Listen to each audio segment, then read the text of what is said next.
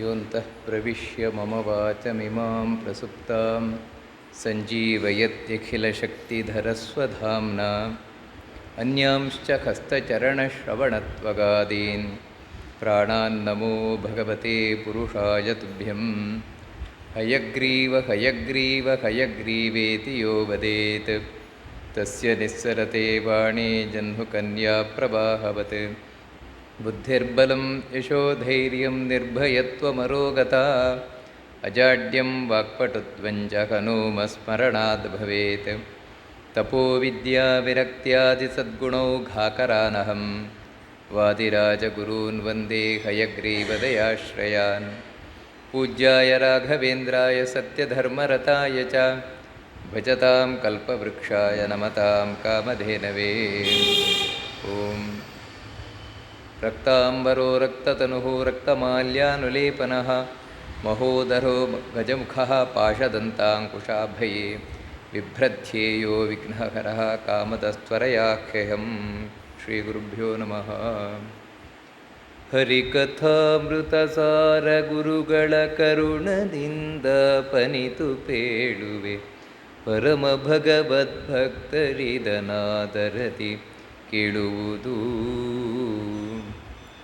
ನಾವು ಶ್ರೀ ಮಹಾಗಣಪತಿಯ ಸನ್ನಿಧಾನದಲ್ಲಿ ಗಣಪತಿಯ ವಾಂಗ್ಮಯವಾದ ಪೂಜೆಯನ್ನು ಸಲ್ಲಿಸ್ತಾ ಇದ್ದೇವೆ.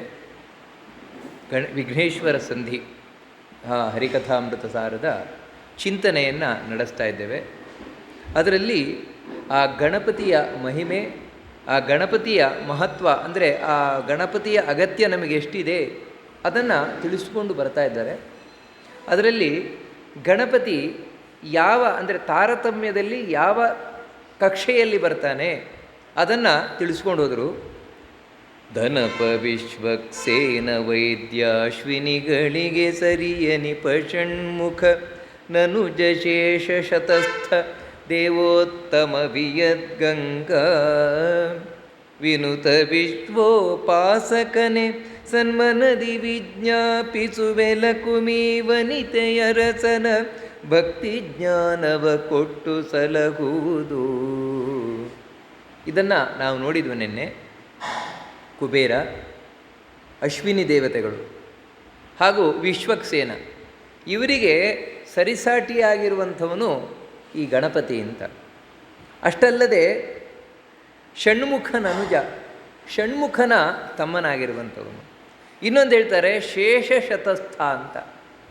ಶೇಷ ಶತಸ್ಥ ಅಂತ ಹೇಳುವಂಥದ್ದು ಒಂದು ವಿಶೇಷ. ಯಾಕಂದರೆ ದೇವತೆಗಳು ಕೋಟಿ ಕೋಟಿ ಮಂದಿ ಇದ್ದಾರೆ, ಕೋಟಿ ಕೋಟಿ ದೇವತೆಗಳಿದ್ದಾರೆ. ನಮ್ಮ 33 ಕೋಟಿ ದೇವತೆಗಳು ಅಂತ ಹೇಳೋದುಂಟು.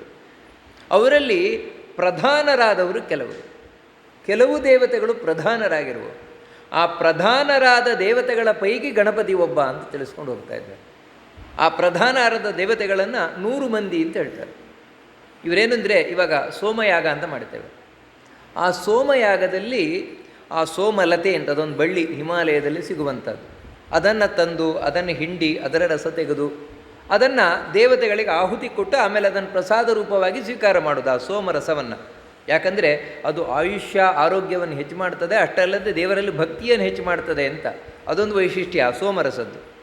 ಎಲ್ಲ ದೇವತೆಗಳಿಗೆ ಕೊಡಲಿಕ್ಕಿಲ್ಲ ಸೋಮರಸವನ್ನು. 100 ದೇವತೆಗಳು, 100 ದೇವತೆಗಳು ಸೋಮಪಾನಾರ್ಹ ದೇವತೆಗಳು ಅಂತ ಕರೆಯಲ್ಪಡ್ತಾರೆ.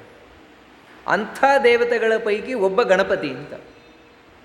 ಅಂದರೆ ಮೊದಲು 15 ದೇವತೆಗಳನ್ನು ಬಿಟ್ಟರೆ ಆಮೇಲೆ ಗಣಪತಿ ಬರ್ತಾನೆ. ಅದಕ್ಕೋಸ್ಕರ ಶೇಷ ಶತಸ್ಥ ದೇವೋತ್ತಮ, ಆ ಶೇಷ ಅಂತ ಹೇಳಿದರೆ ಉಳಿದ 85 ದೇವತೆಗಳ ಪೈಕಿ ಇವನು ಉತ್ತಮನಾದ ದೇವತೆ ಗಣಪತಿ ಅಂತ.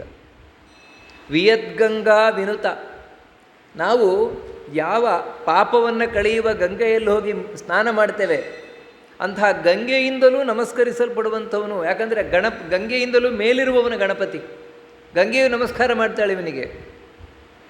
ವಿಶ್ವೋಪಾಸಕನೇ, ನಾವು ನೆನ್ನೆ ನೋಡಿದಂತೆ ವಿಶ್ವಂಭರನನ್ನು, ವಿಷ್ಣುವಿನ ವಿಶ್ವರೂಪವನ್ನು ವಿಶೇಷವಾಗಿ ಉಪಾಸನೆ ಮಾಡಿದವನಂದರೆ ಎಚ್ಚರಕ್ಕೆ ಕಾರಣವಾಗಿರುವ ದೇವತೆ ವಿಶ್ವ, ಅವನನ್ನು ಉಪಾಸನೆ ಮಾಡಿದವನು. ಕನಸಿಗೆ ಕಾರಣನಾದ ದೇವತೆ ತೈಜಸ, ಅವನನ್ನು ಉಪಾಸನೆ ಮಾಡಿದವನು. ನೋಡಿ, ಆ ಕಾರಣದಿಂದಲೇ ಇವೆಲ್ಲ ಬಹಳ ಸೂಕ್ಷ್ಮವಾದದ್ದು. ವಿಶ್ವನಾಮಕನಾದ ಅಂದರೆ ಎಚ್ಚರದ ದೇವತೆಯನ್ನು ಉಪಾಸನೆ ಮಾಡಿದ್ದಾನೆ ಗಣಪತಿ. ಆ ಕಾರಣದಿಂದಾಗಿಯೇ ನಮಗೆ ಎಚ್ಚರ ಕೊಡ್ತಾನೆ. ಯಾವ ಎಚ್ಚರ ಅಂದರೆ ನಿದ್ರೆಯಿಂದ ಅಷ್ಟೇ ಅಲ್ಲ, ಮತ್ತು ಜೀವನದ ಎಚ್ಚರ. ಜೀವನದ, ಯಾಕಂತ ಹೇಳಿದರೆ ಮನುಷ್ಯ ಯಾವಾಗ ಎಚ್ಚರಗೇಡಿಯಾಗ್ತಾನೆ ಆಗಲೇ ಅವನಿಗೆ ಸಾವಿರ ವಿಘ್ನಗಳು ಬರುವುದು, ತೊಂದರೆಗಳು ಬರುವುದು. ಯಾವಾಗ ಅಂದರೆ ಎಚ್ಚರಗೇಡಿಯಾದಾಗ, ಅಂದರೆ ಮೈ ಮರೆತಾಗ. ಆದರೆ ಆ ಎಚ್ಚರಗೇಡಿಗಳಾಗದ ಹಾಗೆ ನಾವು ಯಾವತ್ತೂ ಎಚ್ಚೆತ್ತಿಡುವಂತೆ ನಮಗೆ, ಅಂದರೆ ಎಚ್ಚೆತ್ತಿರುವುದು ಅಂತ ಹೇಳಿದರೆ ನಿದ್ರೆಯಿಂದ ಮಾತ್ರ ಅಲ್ಲ, ಜೀವನದಲ್ಲೂ ಎಷ್ಟೋ ತಪ್ಪುಗಳಿಗೆ ಕಾರಣ ಏನು ಅಂತ ಹೇಳಿದ್ರೆ ನಾವು ನೆಗ್ಲೆಕ್ಟ್ ಮಾಡುವಂಥದ್ದು ಅಥವಾ ಎಲ್ಲೋ ಮನಸ್ಸಿಡುವಂಥದ್ದು. ಹಾಗಾಗಬಾರ್ದು. ನಾವೇನು ಕೆಲಸ ಮಾಡ್ತೇವೆ ಅಲ್ಲೇ ಮನಸ್ಸಿರಬೇಕು, ಆಗ ವಿಘ್ನ ಬರುವುದು ಕಡಿಮೆ. ಅದಕ್ಕೋಸ್ಕರವೇ ಗಣಪತಿ ಅನುಗ್ರಹ ಮಾಡ್ತಾನೆ. ಯಾಕಂದರೆ ಅವನು ಆ ವಿಶ್ವರೂಪಿ ದೇವರನ್ನು ಆರಾಧನೆ ಮಾಡಿ ಆ ವಿಶ್ವರೂಪಿ ಭಗವಂತನ ಪರಮಾನುಗ್ರಹಕ್ಕೆ ಪಾತ್ರನಾದವು. ವಿಶ್ವೋಪಾಸಕನೇ ಲಕುಮಿ ವನಿತೆಯ ಅರಸನ ಭಕ್ತಿ ಜ್ಞಾನವ ಕೊಟ್ಟು ಸಲಹುವುದು. ನಿನ್ನ ಬಳಿ ನಂದೊಂದು ಪ್ರಾರ್ಥನೆ ಇದೆಯಪ್ಪ ಗಣಪತಿ. ಏನು ಅಂತ ಹೇಳಿದರೆ, ನೀನೇನು ಆ ನಾರಾಯಣನನ್ನು, ವಿಶ್ವನಾಮಕನಾದ ತೈಜಸ್ಸ ನಾಮಕನಾದ ನಾರಾಯಣನನ್ನು ಒಲಿಸಿಕೊಂಡಿದೆಯಾ, ನಮಗೂ ಸ್ವಲ್ಪ ಆ ದೇವರ ಅನುಗ್ರಹವನ್ನು ತಂದುಕೊಡು. ಅದಕ್ಕೆ ಲಕುಮಿ ವನಿತೆಯರಸನ ಭಕ್ತಿ ಜ್ಞಾನವ ಕೊಟ್ಟು ಸಲಹುವುದು, ನಮ್ಮನ್ನು ರಕ್ಷಣೆ ಮಾಡಬೇಕು. ನೋಡಿ, ಇದು ಬಹಳ ಸುಂದರವಾದ ಪ್ರಾರ್ಥನೆ. ಗಣಪತಿಯ ರಕ್ಷಣೆ ಅಂದರೆ ಯಾವ ರೀತಿ?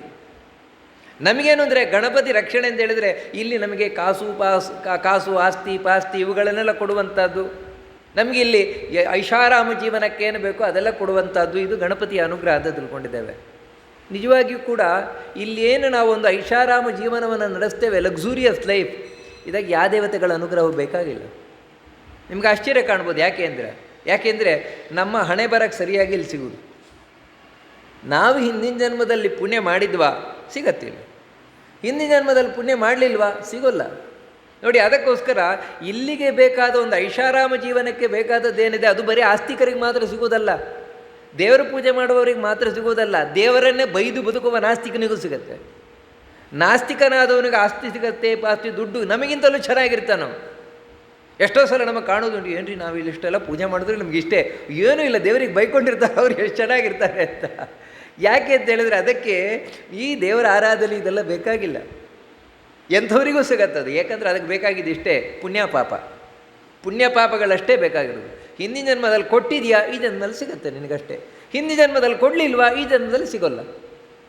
ನೋಡಿ, ಇದು ಮಾಮೂಲಿ. ಆದರೆ ಅದಕ್ಕಿಂತ ಹೆಚ್ಚಿನದ್ದು ನಮಗೆ ಕೊಡುವವರು ದೇವತೆ. ಯಾವುದನ್ನು ನಾವೇ ಪಡೆಯಲಾರವೋ ಅದನ್ನು ನಮಗೆ ಅನುಗ್ರಹವನ್ನು ಮಾಡ್ತಾರೆ. ಏನು ಅಂತೇಳಿದರೆ ಭಗವಂತನಲ್ಲಿ ಭಕ್ತಿ, ಭಗವಂತನ ಜ್ಞಾನ, ಇದು ತನ್ನಷ್ಟಕ್ಕೆ ಬರುವುದಲ್ಲ, ಇದು ದೇವರ ಅನುಗ್ರಹದಿಂದಲೇ ಬರುವುದು. ಯಾಕಂತೇಳಿದರೆ ನಾವು ದೇವರ ಬಗ್ಗೆ ತಿಳಿಲಿಕ್ಕೆ ಹೋದಾಗಲೇ ಮೊದಲು ವಿಘ್ನ ಬರಲಿಕ್ಕೆ ಶುರುವಾಗುತ್ತೆ. ಸತತ ಗಣನಾಥ ಸಿದ್ಧಿಯ ನೀವ ಕಾರ್ಯದಲ್ಲಿ ಮತಿ ಪ್ರೇರಿಸುವಳು ಪಾರ್ವತೀ ದೇವಿ. ಈ ಜಗತ್ತಿನಲ್ಲಿ ಎಲ್ಲಕ್ಕಿಂತ ತುಂಬ ಕಷ್ಟದ ಕೆಲಸ ಏನು ಅಂದರೆ ದೇವರಲ್ಲಿ ಭಕ್ತಿ ಮಾಡೋದು. ನಾವೇನು ತಿಳ್ಕೊಂಡಿದ್ದೇವೆ ಅಂದರೆ ಎಲ್ಲಕ್ಕಿಂತ ಸುಲಭ ಅಂತ ತಿಳ್ಕೊಂಡಿದ್ದೇವೆ. ಭಕ್ತಿ ಮಾಡೋದು ತುಂಬ ಸುಲಭ. ಅದಕ್ಕೋಸ್ಕರ ನಮ್ಮನ್ನು ಭಕ್ತರು ಅಂತ ಹೇಳ್ಕೊಂಡು ತಿರುಗುತ್ತಾ ಇರ್ತೇವೆ. ಅಯ್ಯೋ, ನಮ್ಗೆ ಅಷ್ಟು ಭಕ್ತಿ, ಇಷ್ಟು ಭಕ್ತಿ, ನಾವು ಅಷ್ಟು ಭಕ್ತಿ ಮಾಡ್ತೇವೆ, ನಾವು ಇಷ್ಟು ಭಕ್ತಿ ಮಾಡ್ತೇವೆ, ಈ ರೀತಿ ನಾವು ಭಕ್ತರು ಅಂತ ಹೇಳ್ಕೊಂಡು ತಿರುಗುತ್ತೇವೆ. ಆದರೆ ಎಲ್ಲಕ್ಕಿಂತ ಕಷ್ಟ ಯಾವುದು ಅಂದರೆ ಭಕ್ತಿ. ಕಾರಣ ಏನು ಅಂತ ಹೇಳಿದರೆ, ಇದನ್ನು ಪುರಂದರದಾಸರು ಹೇಳ್ತಾರಲ್ವ, ನವರತ್ನಗಳು ಕಂಡ ಠಾವಿನಲ್ಲುಂಟು, ನವವಿಧ ಭಕ್ತಿಯು ಕಂಡ ಠಾವಿನಲ್ಲುಂಟೆ ಅಂತ. ನವರತ್ನಗಳು ನಿಮಗೆ ಜ್ಯುವೆಲರಿ ಶಾಪಿಗೆ ಹೋದರೆ ಬೇಕಾದಷ್ಟು ಸಿಗ್ತವೆ. ಆದರೆ ಭಕ್ತಿ ಅನ್ನೋದು ಯಾವ ಅಂಗಡಿಯಲ್ಲಿ ಸಿಗತ್ತೆ ಅಂತೇಳಿ, ಯಾವ ಅಂಗಡಿಯಲ್ಲಿ ಭಕ್ತಿ ಸಿಗತ್ತೆ? ನಿನ್ನ ಭಕುತಿ ಕಂಡರೆ ಬಾರದೋ ಕಲಿತರೆ ಬಾರದೋ ಅಂತ. ಭಕ್ತಿಯನ್ನು ನೋಡಿ ಮಾಡಲಿಕ್ಕೆ ಬರೋಲ್ಲ. ಅವನು ಭಕ್ತಿ ಮಾಡ್ತಾ ಇದ್ದಾನೆ, ಕಣ್ಣು ಮುಚ್ಚಿಕೊಂಡು ದೇವರಿಗೆ ಅರ್ಚನೆ ಮಾಡ್ತಾ ಇದ್ದಾನೆ, ಪೂಜೆ ಮಾಡ್ತಾ ಇದ್ದಾನೆ, ಧ್ಯಾನ ಮಾಡ್ತಾ ಇದ್ದಾನೆ. ನಾನು ಹಾಗೆ ಮಾಡ್ತೇನೆ ಅಂತ ಕೂತ್ಕೊಳ್ತೇನೆ. ಅವನು ಮಾಡೋದು ಭಕ್ತಿ ಇರ್ಬೋದು, ನಾನು ಮಾಡೋದು ಬೂಟಾಟಿಕೆ ಇರ್ತದೆ. ಯಾಕೆ ಅಂದರೆ ಭಕ್ತಿ ಅನ್ನೋದು ಹೊರಗಿನದ್ದಲ್ಲ, ಅದು ಒಳಗಿನದ್ದು. ಹೋಗಲಿ, ಯಾರಾದರೂ ನಮಗೆ ಭಕ್ತಿ ಕಲಿಸ್ಕೊಡ್ತಾರೆ, ನಾನು ಭಕ್ತಿಯ ಕ್ಲಾಸ್ ಮಾಡ್ತೇನೆ, ಭಕ್ತಿಯ ಕ್ಲಾಸ್ ಮಾಡಿ ಭಕ್ತಿ ಹೇಗೆ ಅಂತ ನಾನು ಹೇಳ್ಕೊಡ್ತೇನೆ, ಕಲಿತಾರೆ ಬಾರೋದು ಅಂತ ಹೇಳ್ತಾರೆ. ಅದು ಕೂಡ ಯಾಕಂದರೆ ಭಕ್ತಿಯ ಕ್ಲಾಸ್ ಮಾಡಲಿಕ್ಕೆ ಬರೋಲ್ಲ, ಭಕ್ತಿ ಹೇಳ್ಕೊಳ್ಲಿಕ್ಕೆ ಬರೋಲ್ಲ. ಯಾಕಂದರೆ ಅದು ಮನಸ್ಸಿನ ಭಾವನೆ. ಅದು ಮನಸ್ಸಿನ ಭಾವನೆಯನ್ನು ಹೇಳ್ಕೊಳ್ಳಿಕ್ಕೆ ಬರತ್ತಾ? ದೇವರಿಗೂ ನಮಗೂ ಇರುವಂತಹ ಒಂದು ಭಾವನೆ ಅದು. ಪ್ರೀತಿ, ದೇವರಲ್ಲಿ ನಮಗಿರುವ ಸಂಬಂಧ, ಎಡಬಿಡದ ಸಂಬಂಧ. ಅದು ಏನು ಮಾಡಲಿಕ್ಕಾಗ, ನಿಮಗೇನು ಬೇಡ. ಇವಾಗ ಗಂಡ ಹೆಂಡತಿ ಭಕ್ತಿಯಲ್ಲಿ ಗಂಡ ಹೆಂಡತಿ ಮಧ್ಯದಲ್ಲಿ ಪ್ರೀತಿ ಇರಬೇಕು ಅಂತ ಹೇಳಿದ್ರೆ ಅದನ್ನು ಹೇಳ್ಕೊಟ್ಟು ಬರೋದು. ಅದು ನೋಡಪ್ಪ, ನೀನು ಈ ರೀತಿ ಪ್ರೀತಿ ಮಾಡಬೇಕು ನನ್ನ ಹೆಂಡತಿಯನ್ನು ಅಂತ ಹೇಳ್ಕೊಡ್ಲಿಕ್ಕಾಗತ್ತಾ? ಅಥವಾ ಯಾವುದಾದ್ರೂ ಕ್ಲಾಸ್ ಮಾಡಲಿಕ್ಕಾಗತ್ತಾ? ಇಲ್ಲ. ಅದು ಮನಸ್ಸಿನ ಭಾವನೆ. ಅದು ಆ ಭಾವನೆ ತಾನಾಗೇ ಬರಬೇಕದು. ಹಾಗೆ ಭಕ್ತಿ ಅನ್ನೋದು ನಾವು ದೇವರಲ್ಲಿ ಮಾಡುವ ಒಂದು ಬಿಡಲಾರದ ನಂಟದು, ಪ್ರೀತಿ. ಅದು ಬರಬೇಕು ಒಳಗಿನಿಂದ, ಪುಟಿದು ಬರಬೇಕದು. ಅದು ಹೇಗೆ? ದೇವತೆಗಳ ಅನುಗ್ರಹದಿಂದ. ದೇವತೆಗಳ ಅನುಗ್ರಹ ಇದ್ದರೆ ಮಾತ್ರ ಒಳಗಿನಿಂದ ಭಕ್ತಿ ಬರ್ತದೆ. ಅಂದರೆ ಆ ಭಕ್ತಿ ಇದ್ದಾಗ ಏನಾಗುತ್ತೆ ಅಂದರೆ ದೇವರ ಬಗ್ಗೆ ಕೇಳ್ತಾ ಖುಷಿಯಾಗತ್ತೆ. ನೋಡಿ, ಅದು ಭಕ್ತಿಯ ಲಕ್ಷಣ. ಇವಾಗ ನಮ್ಮಲ್ಲಿ ದೇವರಲ್ಲಿ ಭಕ್ತಿ ಇದೆಯಾ? ದೇವರ ಬಗ್ಗೆ ಕೇಳ್ತೇವೆ, ಖುಷಿ ಆಯಿತು. 1 ಗಂಟೆ ಕೇಳಿದ್ವು, 1 ಗಂಟೆ ಕೇಳಿದಾಗ ಖುಷಿ ಆಯಿತು, 2ನೇ ಗಂಟೆ ಕೇಳಿದಾಗ ಇನ್ನೂ ಖುಷಿ ಆಯಿತು, 3ನೇ ಗಂಟೆ ಕೇಳಿದಾಗ ಇನ್ನೂ ಖುಷಿ ಆಯಿತು. ಓ, ನಿಮ್ಮಲ್ಲಿ ಭಕ್ತಿ ಇದೆ ಅಂತ. ನಮ್ಮದು ಯಾವ ರೀತಿ ಭಕ್ತಿ? ನಾವೇ ಯೋಚನೆ ಏನು ಮಾಡೋಣ. 1 ಗಂಟೆ ಕೇಳಬೇಕಾದ್ರೆ ಹೀಗಿರ್ತೇವೆ, 2ನೇ ಗಂಟೆ ಆಗ್ಬೇಕಾದ್ರೆ ಹೀಗಾಗ್ತೇವೆ ಸ್ವಲ್ಪ, ಮತ್ತು ಕಣ್ಣು ಸ್ವಲ್ಪ ಸಣ್ಣ ಆಗಲಿಕ್ಕೆ ಶುರುವಾಗುತ್ತೆ, ಬಾಯಿ ಸ್ವಲ್ಪ ಅಗಲ ಆಗಲಿಕ್ಕೆ ಶುರುವಾಗುತ್ತೆ, ಅಂತ ಸ್ವಲ್ಪ ಬಾಯ. ಅಂದರೆ ಇದಕ್ಕೆ ಕಾರಣ ಏನು ಅಂತ ಹೇಳಿದರೆ ನಮ್ಮ ಭಕ್ತಿ ಎಷ್ಟಿದೆ ಅಂತ ನಾವೇ ಟೆಸ್ಟ್ ಮಾಡ್ಕೊಳ್ಬೇಕಾದದ್ದು, ಪರೀಕ್ಷಿತನಾಗಿ. ನೋಡಿ, ಪರೀಕ್ಷಿತರಿಗೆ ಶುಕಾಚಾರ್ಯರು ಭಾಗವತ ಹೇಳಿದರು. ನಾವಿವತ್ತು ಭಾಗವತ ಸಪ್ತಾಹ ಅಂತ ಮಾಡ್ತೇವೆ, ದಿನಕ್ಕೆ 2 ಗಂಟೆ 3 ಗಂಟೆ 4 ಗಂಟೆ, ಒಬ್ಬೊಬ್ಬ ಅಂದರೆ ಕೆಲವರು 6 ಗಂಟೆ ಅಂತ. ಆದರೆ ಪರೀಕ್ಷಿತನಿಗೆ ಶುಕಾಚಾರ್ಯರು 24 ಅವರ್ಸ್ 24 ಗಂಟೆಗಳ ಕಾಲ ಭಾಗವತ ಹೇಳ್ತಾರೆ, ಕಂಟಿನ್ಯೂಸ್ 7 ದಿನಗಳ ಕಾಲ. ಒಂಚೂರಾದರೂ ಬೇಜಾರಾಯ್ತು ಅವನಿಗೆ? ಇಲ್ಲ, ಇನ್ನೂ ಹೇಳಿ ಹೇಳ್ತಾನೆ. ನಾನು ಹಸಿವು ಬಾಯಾರಿಕೆ ಎಲ್ಲ ಬಿಟ್ಟು ಕೂತಿದ್ದೇನೆ, ನನಗೆ ಹಸಿವಾಗ್ತಾ ಇಲ್ಲ, ನಿದ್ರೆ ಬರ್ತಾ ಇಲ್ಲ. ಯಾಕಂದರೆ ನೀವು ಹರಿಕಥೆ ಹೇಳ್ತಾ ಇದ್ದಾರಲ್ವ, ಭಗವಂತನ ಕಥೆ ಹೇಳ್ತಾ ಇದ್ದಾರಲ್ವ, ಅದನ್ನು ಕೇಳಿ ಅಷ್ಟು ಖುಷಿಯಾಗ್ತಾ ಇದೆ. ಇದು ಭಕ್ತಿ. ಆ ಭಕ್ತಿ ದೇವರ ಅನುಗ್ರಹ ಇದ್ದರೆ ಮಾತ್ರ ಬರಬೇಕು. ಆ ದೇವತೆಗಳ ಅನುಗ್ರಹದ ಬಾಗಿಲೇ ಗಣಪತಿ. ಯಾಕಂದರೆ ಅವನು ಬಾಗಿಲು ತೆಗೆದರೆ ಉಳಿದವರು ಹೊರಗೆ ಬಂದು ಅನುಗ್ರಹ ಮಾಡ್ಯಾರ. ಅದಕ್ಕೆ ವಿಘ್ನ ನಿವಾರಕ ಗಣಪತಿ. ಯಾವುದಕ್ಕೆ? ದೇವರ ಹತ್ತಿರ ಹೋಗಬೇಕು ಅಂತ ಹೇಳ್ಬೇಕಾದ್ರೆ ಮೊದಲು ವಿಘ್ನ ಬಾಗಿಲು ಮುಚ್ಚಿಬಿಡ್ತಾನೆ ಅವನು. ಅದಕ್ಕೆ ಇಲ್ಲಿ ಪ್ರಾರ್ಥನೆಯನ್ನು ಮಾಡುವಂಥದ್ದು. ಭಕ್ತಿ ಕೊಡೆಯ ದೇವರಲ್ಲಿ ಗಣಪತಿ, ಆ ನಾರಾಯಣನಲ್ಲಿ ಕೃಷ್ಣನಲ್ಲಿ ಭಕ್ತಿ ಕೊಡು. ಆ ಭಕ್ತಿ ಹಾಗೆ ಬರೋಲ್ಲ. ಮತ್ತು ಜ್ಞಾನದಿಂದಾಗಿ ಭಕ್ತಿ ಹಾಗೆ ಬರೋಲ್ಲ. ನಾವು ಜ್ಞಾನ ಇಲ್ಲದೆ ಮಾಡುವ ಭಕ್ತಿ ಮೂಢ ಭಕ್ತಿ ಅಂತ ಕರಿತೇವೆ. ಅದನ್ನು ಪ್ರಯೋಜನ ಇರೋಲ್ಲ ಅದು. ಯಾಕಂದರೆ ಭಕ್ತಿಯೊಂದರ ಒಳಗಿನ ಭಾವನೆ ಕೇಳಿ ಬರಬೇಕು. ನಮಗೆ ಕೇಳಿದಾಗ ಮಾತ್ರ ಅವರು ಎಷ್ಟು ದೊಡ್ಡವರು ಅಂತ ಕೇಳಿದಾಗ ನಮಗೊಂದು ಭಕ್ತಿ ಬರುತ್ತೆ. ಇವಾಗ ಉದಾಹರಣೆಗೆ ಹೇಳೋದಾದರೆ, ಇವಾಗ ನಾವು ನಿನ್ನೆ ಗಣಪತಿಯ ಒಂದು ಮಹತ್ವವನ್ನು ಕೇಳಿದ್ವು. ಆ ಕೇಳಿ ಗಣಪತಿ ಮುಂದೆ ಹೊಂದಿ ನಿಂತಾಗ ನಮಗಾಗುವ ಭಾವನೆಯೇ ಬೇರೆ. ಇದರ ಮಾಮೂಲಿ ಗಣಪತಿ ದೇವರು ಅಂತ ಗೊತ್ತು, ನಮಗೆ ದೇವತೆ ಅಂತ ಗೊತ್ತು. ಆದರೆ ಗಣಪತಿ ಮುಂದೆ ಹೋಗ್ತೇವೆ, ಒಂದು ನಮಸ್ಕಾರ ಮಾಡ್ತೇವೆ, ಸ್ತೋತ್ರ ಹೇಳ್ತೇವೆ, ಬರ್ತೇವೆ. ಯಾಕಂದರೆ ಗಣಪತಿ ಅಂದರೆ ನಮಗೆ ಬೇಕಾಗಿದ್ದು ಕೊಡುವವರು, ಇಷ್ಟೇ. ಅದಕ್ಕಿಂತ ಹೆಚ್ಚಿನ ಏನು ನಮ್ಗೆ ಗೊತ್ತಿರೋಲ್ಲ ಗಣಪತಿಯದು. ಕೇಳಿದಾಗ ಹೆಚ್ಚೆಚ್ಚು ಮಹತ್ವ ಗೊತ್ತಾಗುತ್ತೆ, ಹೆಚ್ಚೆಚ್ಚು ಭಕ್ತಿ ಬರುತ್ತೆ. ಮಾಮೂಲಿದು. ನಾವು ಕೂಡ ಅಷ್ಟೇ ನೋಡಿ, ಜಗತ್ತಿನಲ್ಲಿ ರಸ್ತೆಯಲ್ಲಿ ಹೋಗ್ತಾ ಇರ್ತೇನೆ ನನ್ನ ಪಕ್ಕದಲ್ಲಿ ನನಗೆ ಬೇಕಾದವರೊಬ್ಬರು ಫ್ರೆಂಡ್ ಇರ್ತಾರೆ, ಎದರಲ್ಲಿ ಯಾರೊಬ್ಬರು ಹೋಗ್ತಾ ಇರ್ತಾರೆ. ಪ್ರತಿದಿನವೂ ನೋಡ್ತೇನೆ ನಾನು ಅವರನ್ನು.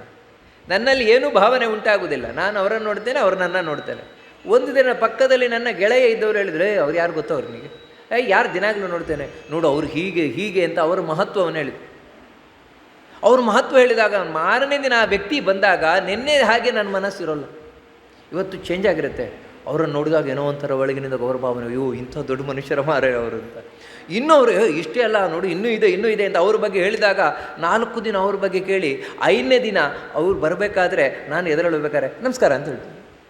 ಇದು ಹೇಗೆ ಬಂದದ್ದು? ಇದು ಹೇಳಿಕೊಟ್ಟು ಬಂದದ್ದಲ್ಲ, ಮತ್ತು ಆ ವ್ಯಕ್ತಿಯ ಬಗ್ಗೆ ತಿಳಿದು ಬಂದದ್ದು. ಹಾಗೆ ದೇವರಿಗೆ ನಾವು ಕೈ ಮುಗಿಬೇಕು. ಯಾಕೆ ಮುಗಿಬೇಕು ಅಂತ ಹೇಳಿದರೆ ಅದು ಮೆಕ್ಯಾನಿಕಲ್ ಆಗಲ್ಲ, ಯಾಂತ್ರಿಕವಾಗಿ ಅಲ್ಲ, ಮತ್ತು ಭಕ್ತಿಪೂರ್ವಕವಾಗಿ ಹನುಮಂತನಾಗೆ. ಹನುಮಂತ ಕೈ ಮುಗಿತಾನೆ, ಯಾಕಂದರೆ ಭಕ್ತಿಯ ಭಾರದಿಂದ ಭಾಗಿ ಕೈ ಮುಗಿದಿರ್ತಾನಂತೆ. ಹಾಗೆ ದೇವರಲ್ಲಿ ಆ ಭಕ್ತಿಗೆ ಜ್ಞಾನ ಮುಖ್ಯ. ಆ ಜ್ಞಾನವನ್ನು ಗಣಪತಿ ಕೊಡಬೇಕು. ಅದಕ್ಕೋಸ್ಕರ ಭಕ್ತಿ ಜ್ಞಾನವ ಕೊಟ್ಟು ಸಲಹುವುದು, ಇದೇ ನಮ್ಮನ್ನು ಸಲಹುವುದಪ್ಪ, ಇದೇ ನಮ್ಮನ್ನು ರಕ್ಷಣೆ ಮಾಡುವುದು. ಸಲಹುವುದು ಅಂತ ಹೇಳಿದ್ರೇನು? ಸಾಕುವುದು. ಇದೇನಾ ಸಾಕುವುದು ಗಣಪತಿ? ಯಾಕಂತ ಹೇಳಿದ್ರೆ ನಮ್ಮ ಪ್ರಕಾರ ಏನಂದರೆ, ನಾವು ಸಾಕುವುದು, ನಾವು ಬದುಕುವುದು ಅಂದರೆ, ಇವಾಗ ನಮ್ಮ ಮಕ್ಕಳನ್ನು ಸಾಕ್ತೇವಪ್ಪ. ನಮ್ಮ ಮಕ್ಕಳನ್ನು ಸಾಕುವುದು ಅಂತ ಹೇಳಿದರೆ ಏನು? ಹೊಟ್ಟೆ ತುಂಬ ಊಟ ಹಾಕ್ತೇವೆ, ಉಡ್ಲಿಕ್ಕೆ ಬಟ್ಟೆ ಕೊಡ್ತೇವೆ, ಇಷ್ಟೆಲ್ಲ ಮಾಡ್ತೇವೆ, ಇದನ್ನು ಸಾಕುವುದು ಅಂತ ಹೇಳುದಾ? ಇಲ್ಲ. ನಿಜವಾಗಿ ಸಾಕುವ ತಂದೆ ತಾಯಿಗಳು ಯಾರು ಅಂದರೆ ಆ ಮಗುವಿಗೆ ಒಳ್ಳೆ ವಿದ್ಯೆ ಕೊಡುವವರು. ವಿದ್ಯೆಯನ್ನು ಬುದ್ಧಿಯನ್ನು ಕೊಟ್ಟು ಸನ್ಮಾರ್ಗದಲ್ಲಿ ಕರ್ಕೊಂಡು ಹೋಗುವವರು ಯಾರಿದ್ದಾರೆ ಅವರನ್ನು ನಾವು ಒಳ್ಳೆಯ ತಂದೆ ತಾಯಿಗಳು ಅಂತ ಹೇಳ್ತೇವೆ.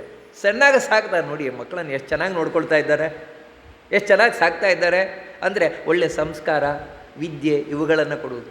ಹಾಗೇ ದೇವತೆಗಳು ನಮ್ಮನ್ನು ಸಾಕಬೇಕು ನೋಡಿ. ಅಂದರೆ ನಮಗೆ ಸನ್ಮಾರ್ಗದಲ್ಲಿ ಕರ್ಕೊಂಡು ಹೋಗಬೇಕು. ಸದ್ವಿದ್ಯೆ, ಅದೇ ಭಗವಂತನ ಬಗ್ಗೆ ತಿಳಿಸ್ಕೊಡ್ಬೇಕು. ಅದು ಯಾರು ಹೇಳ್ಕೊಡೋಲ್ಲ, ದೇವತೆಗಳೇ ಹೇಳ್ಕೊಡ್ಬೇಕು ನಮಗೆ. ನಂತರ ಭಕ್ತಿ ಕೊಡಬೇಕು, ಇದನ್ನು ಕೊಡಬೇಕು. ಅದಕ್ಕಾಗಿ ಗಣಪತಿಯ ಬಳಿ ಪ್ರಾರ್ಥನೆಯನ್ನು ಮಾಡಿಕೊಳ್ಳೋದು. ನೀನು ಬಾಗಿಲು ಮುಚ್ಚಿಬಿಟ್ರೆ ಆಮೇಲೆ ನಾವು ಕೃಷ್ಣನ ಹತ್ರ ದೇವರ ಹತ್ರ ಹೋಗಲಿಕ್ಕೆ ಆಗೋಲ್ಲಪ್ಪ ಅಂತ ಹೇಳಿ ಆ ನಾರಾಯಣನಿಗೆ, ಕೃಷ್ಣನಿಗೆ, ಗಣಪತಿಗೆ ಎಷ್ಟು ಸಂಬಂಧ ಇದೆ, ಎಷ್ಟು ಹತ್ತಿರದ ಸಂಬಂಧ ಇದೆ ಅದನ್ನು ತಿಳಿಸ್ಕೊಂಡು ಹೋಗ್ತಾರೆ. ಚಾರು ಜ್ಯೇಷ್ಠ ಕ್ವಯನೆನಿಸಿ ಅವತಾರ ಮಾಡಿದೆ ರುಕ್ಮಿಣಿಯಲಿ, ಗೌರಿಯರಸನ ಬರದಿ ಉದ್ಧಟರಾದ ರಾಕ್ಷಸರ, ಶೌರ್ಯಾಜ್ಞದಿ ಸಂಹರಿಸಿ ಭುಭಾರ ಒಳುಗಿದ ಕರುಣಿ ತ್ವತ್ಪಾದಾನವಿಂದಕ್ಕೆ ನಮಿಪೆ, ಕರುಣಿಪುದೆಮಗೆ ಸನ್ಮತಿಯ. ಗಣಪತಿ ಅವತಾರ ಗೊತ್ತಿದೆಯಾ ನಮಗೆ? ಗಣಪತಿ ಗೊತ್ತು, ಗಣಪತಿ ಅವತಾರ ಗೊತ್ತುಂಟ? ನೋಡಿ, ಗಣಪತಿ ಮಹಾಭಾರತ ಕಾಲದಲ್ಲಿ ಅವತರಿಸಿ ಬಂದಿದ್ದಾನೆ. ಯಾರಾಗಿ ಅಂದರೆ ಚಾರುದೇಷ್ಣ ಅಂತ. ಚಾರುದೇಷ್ಣ ಅಂತ ರುಕ್ಮಿಣಿಯ ಮಗನಾಗಿ ತಾನು ಬಂದಿದ್ದಾನೆ ಗಣಪತಿ. ಅಂದರೆ ಕೃಷ್ಣನ ಮಗನೂ ಹೌದು ಗಣಪತಿ.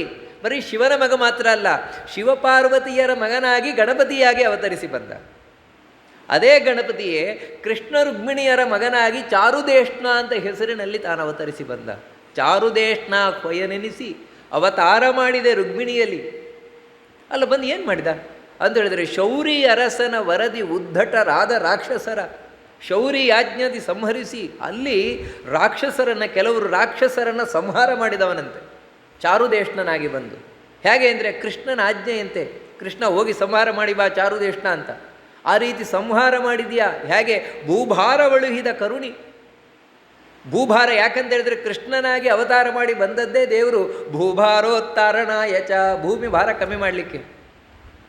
ಆ ಭೂಮಿಯ ಭಾರವನ್ನು ಕಡಿಮೆ ಮಾಡುವುದರಲ್ಲಿ ಗಣಪತಿ ತಾನು ಕಡು ಭೂದೇವಿಗೆ ಸಹಾಯ ಮಾಡಿದನು.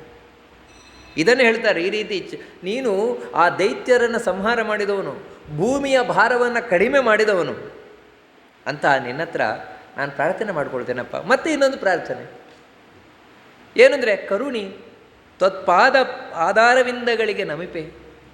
ಕರುಣಿ ಹಿಂದೆಯೂ ಕೂಡ ಹೇಳಿದರು, ಇಲ್ಲಿ ಮತ್ತೆ ಹೇಳ್ತಾ ಇದ್ದಾರೆ ಕರುಣಿ ಅಂತ. ಯಾಕಂದರೆ ಕರುಣಾಮಯ. ಈ ಕರುಣಿ ಅಂತ ಯಾಕೆ ಹೇಳ್ತಾರೆ ಅಂತ ಹೇಳಿದ್ರೆ, ಕರುಣೆಯ ಹಿಂದೆ ಏನಿದೆ ಅಂತ ಹೇಳಿದ್ರೆ ಮನಸ್ಸು ಕರಗುವಂಥದ್ದು, ಅಯ್ಯೋ ಪಾಪ ಅಂತ ಕರಗುವಂಥದ್ದು. ಗಣಪತಿಯಲ್ಲಿ ಇದನ್ನು ಭಾಳ ಹೆಚ್ಚಾಗಿ ನೋಡ್ತೇವೆ ನಾವು, ಉಳಿದವರಿಗಿಂತ ಹೆಚ್ಚಾಗಿ ನೋಡ್ತೇವೆ. ಅದಕ್ಕೆ ಅವನಿಗೆ ಕ್ಷಿಪ್ರಪ್ರಸಾದ ಅಂತಲೇ ಕರೆಯುವಂಥದ್ದು. ಯಾಕೆ? ನಾವು ಏನು ಮಾಡಿರ್ತೇವೆ, ನಾವು ಮಾಡಿದ್ದಕ್ಕೆ ಕೊಡೋದ್ರಲ್ಲೇನು ದೊಡ್ಡದಲ್ಲ. ನಾವೇನು ಸೇವೆ ಮಾಡ್ತೇವೆ ಅದಕ್ಕೆ ಸರಿಯಾಗಿ ನಮಗೆ ಪ್ರಸಾದ ಕೊಟ್ಟರೆ ಅದೇನು ದೊಡ್ಡದಲ್ಲ. ನಾವು ಸೇವೆ ಕೊಟ್ಟಿದ್ದೇವೆ, ಪ್ರಸಾದ ಸಿಕ್ತಪ್ಪ, ಅದಕ್ಕೇನು ಅಂತ.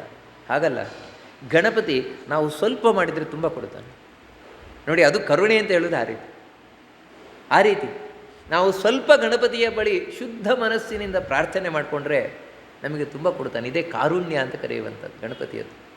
ನಿನ್ನ ಪಾದಾರ ವಿಂದಗಳಿಗೆ ನಾನು ನಮಸ್ಕಾರ ಮಾಡಿದ್ದೇನಪ್ಪ, ನಮಿಸ್ತಾ ಇದ್ದೇನೆ. ಏನು ಅಂತ ಹೇಳಿದರೆ, ಇಲ್ಲಿ ಪಾದಾರವಿಂದ ಅಂತ ಹೇಳಿದರೆ ಬರೀ ಪಾದಗಳು ಅಂತ ಅಷ್ಟೇ ಅರ್ಥ ಅಲ್ಲ. ಮತ್ತು ನಿನ್ನ ಸ್ವರೂಪ ಉತ್ತಮಾನಾಂ ಸ್ವರೂಪಂತೂ ಪಾದಶಬ್ದೇನ ಭಣ್ಯತೆ ಅಂತ ಹೇಳಿದಾಗೆ, ಉತ್ತಮರನ್ನು ಯಾವತ್ತು ನಿಮ್ಮ ಪಾದಕ್ಕೆ ನಮಸ್ಕಾರ ಮಾಡ್ತೇವೆ ಅಂದರೆ ನಿಮ್ಮ ಇಡೀ ಸ್ವರೂಪಕ್ಕೆ ನಾನು ನಮಸ್ಕಾರವನ್ನು ಮಾಡ್ತಾ ಇದ್ದೇನೆ. ಏನು ಅಂತ ಹೇಳಿದರೆ, ನನಗೆ ನೀನೊಂದು ಅನುಗ್ರಹ ಮಾಡಬೇಕು. ಏನು ಅಂತ ಹೇಳಿದರೆ, ಕರುಣಿಪು ದೆಮಗೆ ಸನ್ಮತಿಯ, ಒಳ್ಳೆ ಬುದ್ಧಿ ಕೊಡಯ್ಯ, ಒಳ್ಳೆ ಬುದ್ಧಿ ಕೊಡು ಅಂತ ನಾನು ಪ್ರಾರ್ಥನೆಯನ್ನು ಮಾಡಿಕೊಡ್ತಾ ಇದ್ದೇನೆ. ಅಲ್ಲ, ಇದಕ್ಕೂ ಚಾರುದೇಷ್ಣನಾಗಿ ಬಂದು ದುಷ್ಟರನ್ನು ಸಂಹಾರ ಮಾಡಿದ್ದಕ್ಕೂ ಏನು ಸಂಬಂಧ? ಸುಮ್ಮನೆ ಏನೋ ಬಾಯಿಗೆ ಬಂದಾಗ ಹೇಳ್ತಾ ಇರುವುದು, ಬರೀತಾ ಇರುವುದು ಅಂತ ಹೇಳಿದ್ರಲ್ಲ. ಇದನ್ನು ಯಾಕೆ ದುಷ್ಟ ದೈತ್ಯರನ್ನು ಸಂಹಾರ ಮಾಡಿದೀಯಾ ಅಂತ ಯಾಕೆ ಹೇಳ್ತಾ ಇರುವುದು? ಅದು ಇಲ್ಲಿ ಒಳ್ಳೆ ಬುದ್ಧಿ ಕೊಡು ಅಂತ ಯಾಕೆ ಹೇಳ್ತಾ ಇರುವುದು ಅಂತ ಹೇಳಿದ್ರೆ, ನಮಗೆ ಒಳ್ಳೆ ಬುದ್ಧಿ ಬರದೇ ಇರಲಿಕ್ಕೆ ಕಾರಣ ಈ ದೈತ್ಯರು. ಒಳಗೆ ದೈತ್ಯರು ಕೂತಿರ್ತಾರೆ. ಕೆಟ್ಟ ಆಸೆಗಳು, ಈ ಕೆಟ್ಟ ಸಿಟ್ಟು, ಸಿಕ್ಕಾಪಟ್ಟೆ ಅಟ್ಯಾಚ್ಮೆಂಟು, ಇನ್ನೊಬ್ಬರನ್ನು ಕಂಡ್ರೆ ಆಗೋಲ್ಲ ದ್ವೇಷ, ಅಸೂಯೆ, ಹೊಟ್ಟೆಕಿಚ್ಚು ಇವೆಲ್ಲ ತನ್ನಷ್ಟಕ್ಕೆ ಒಳಗಿಲ್ಲ. ಶಾಸ್ತ್ರಗಳು ಹೇಳುವ ಪ್ರಕಾರ ನಮ್ಮ ಒಳಗೆ ಪ್ರತಿಯೊಂದು ಕ್ವಾಲಿಟಿಯನ್ನು ಕಂಟ್ರೋಲ್ ಮಾಡಲಿಕ್ಕೆ ಒಂದು ಶಕ್ತಿ ಇದೆ. ಯಾವುದು ತನ್ನಷ್ಟಕ್ಕೆ ಇಲ್ಲ. ಒಂದ ಸಚ್ಛಕ್ತಿ, ಇಲ್ಲ ದುಷ್ಟಶಕ್ತಿ.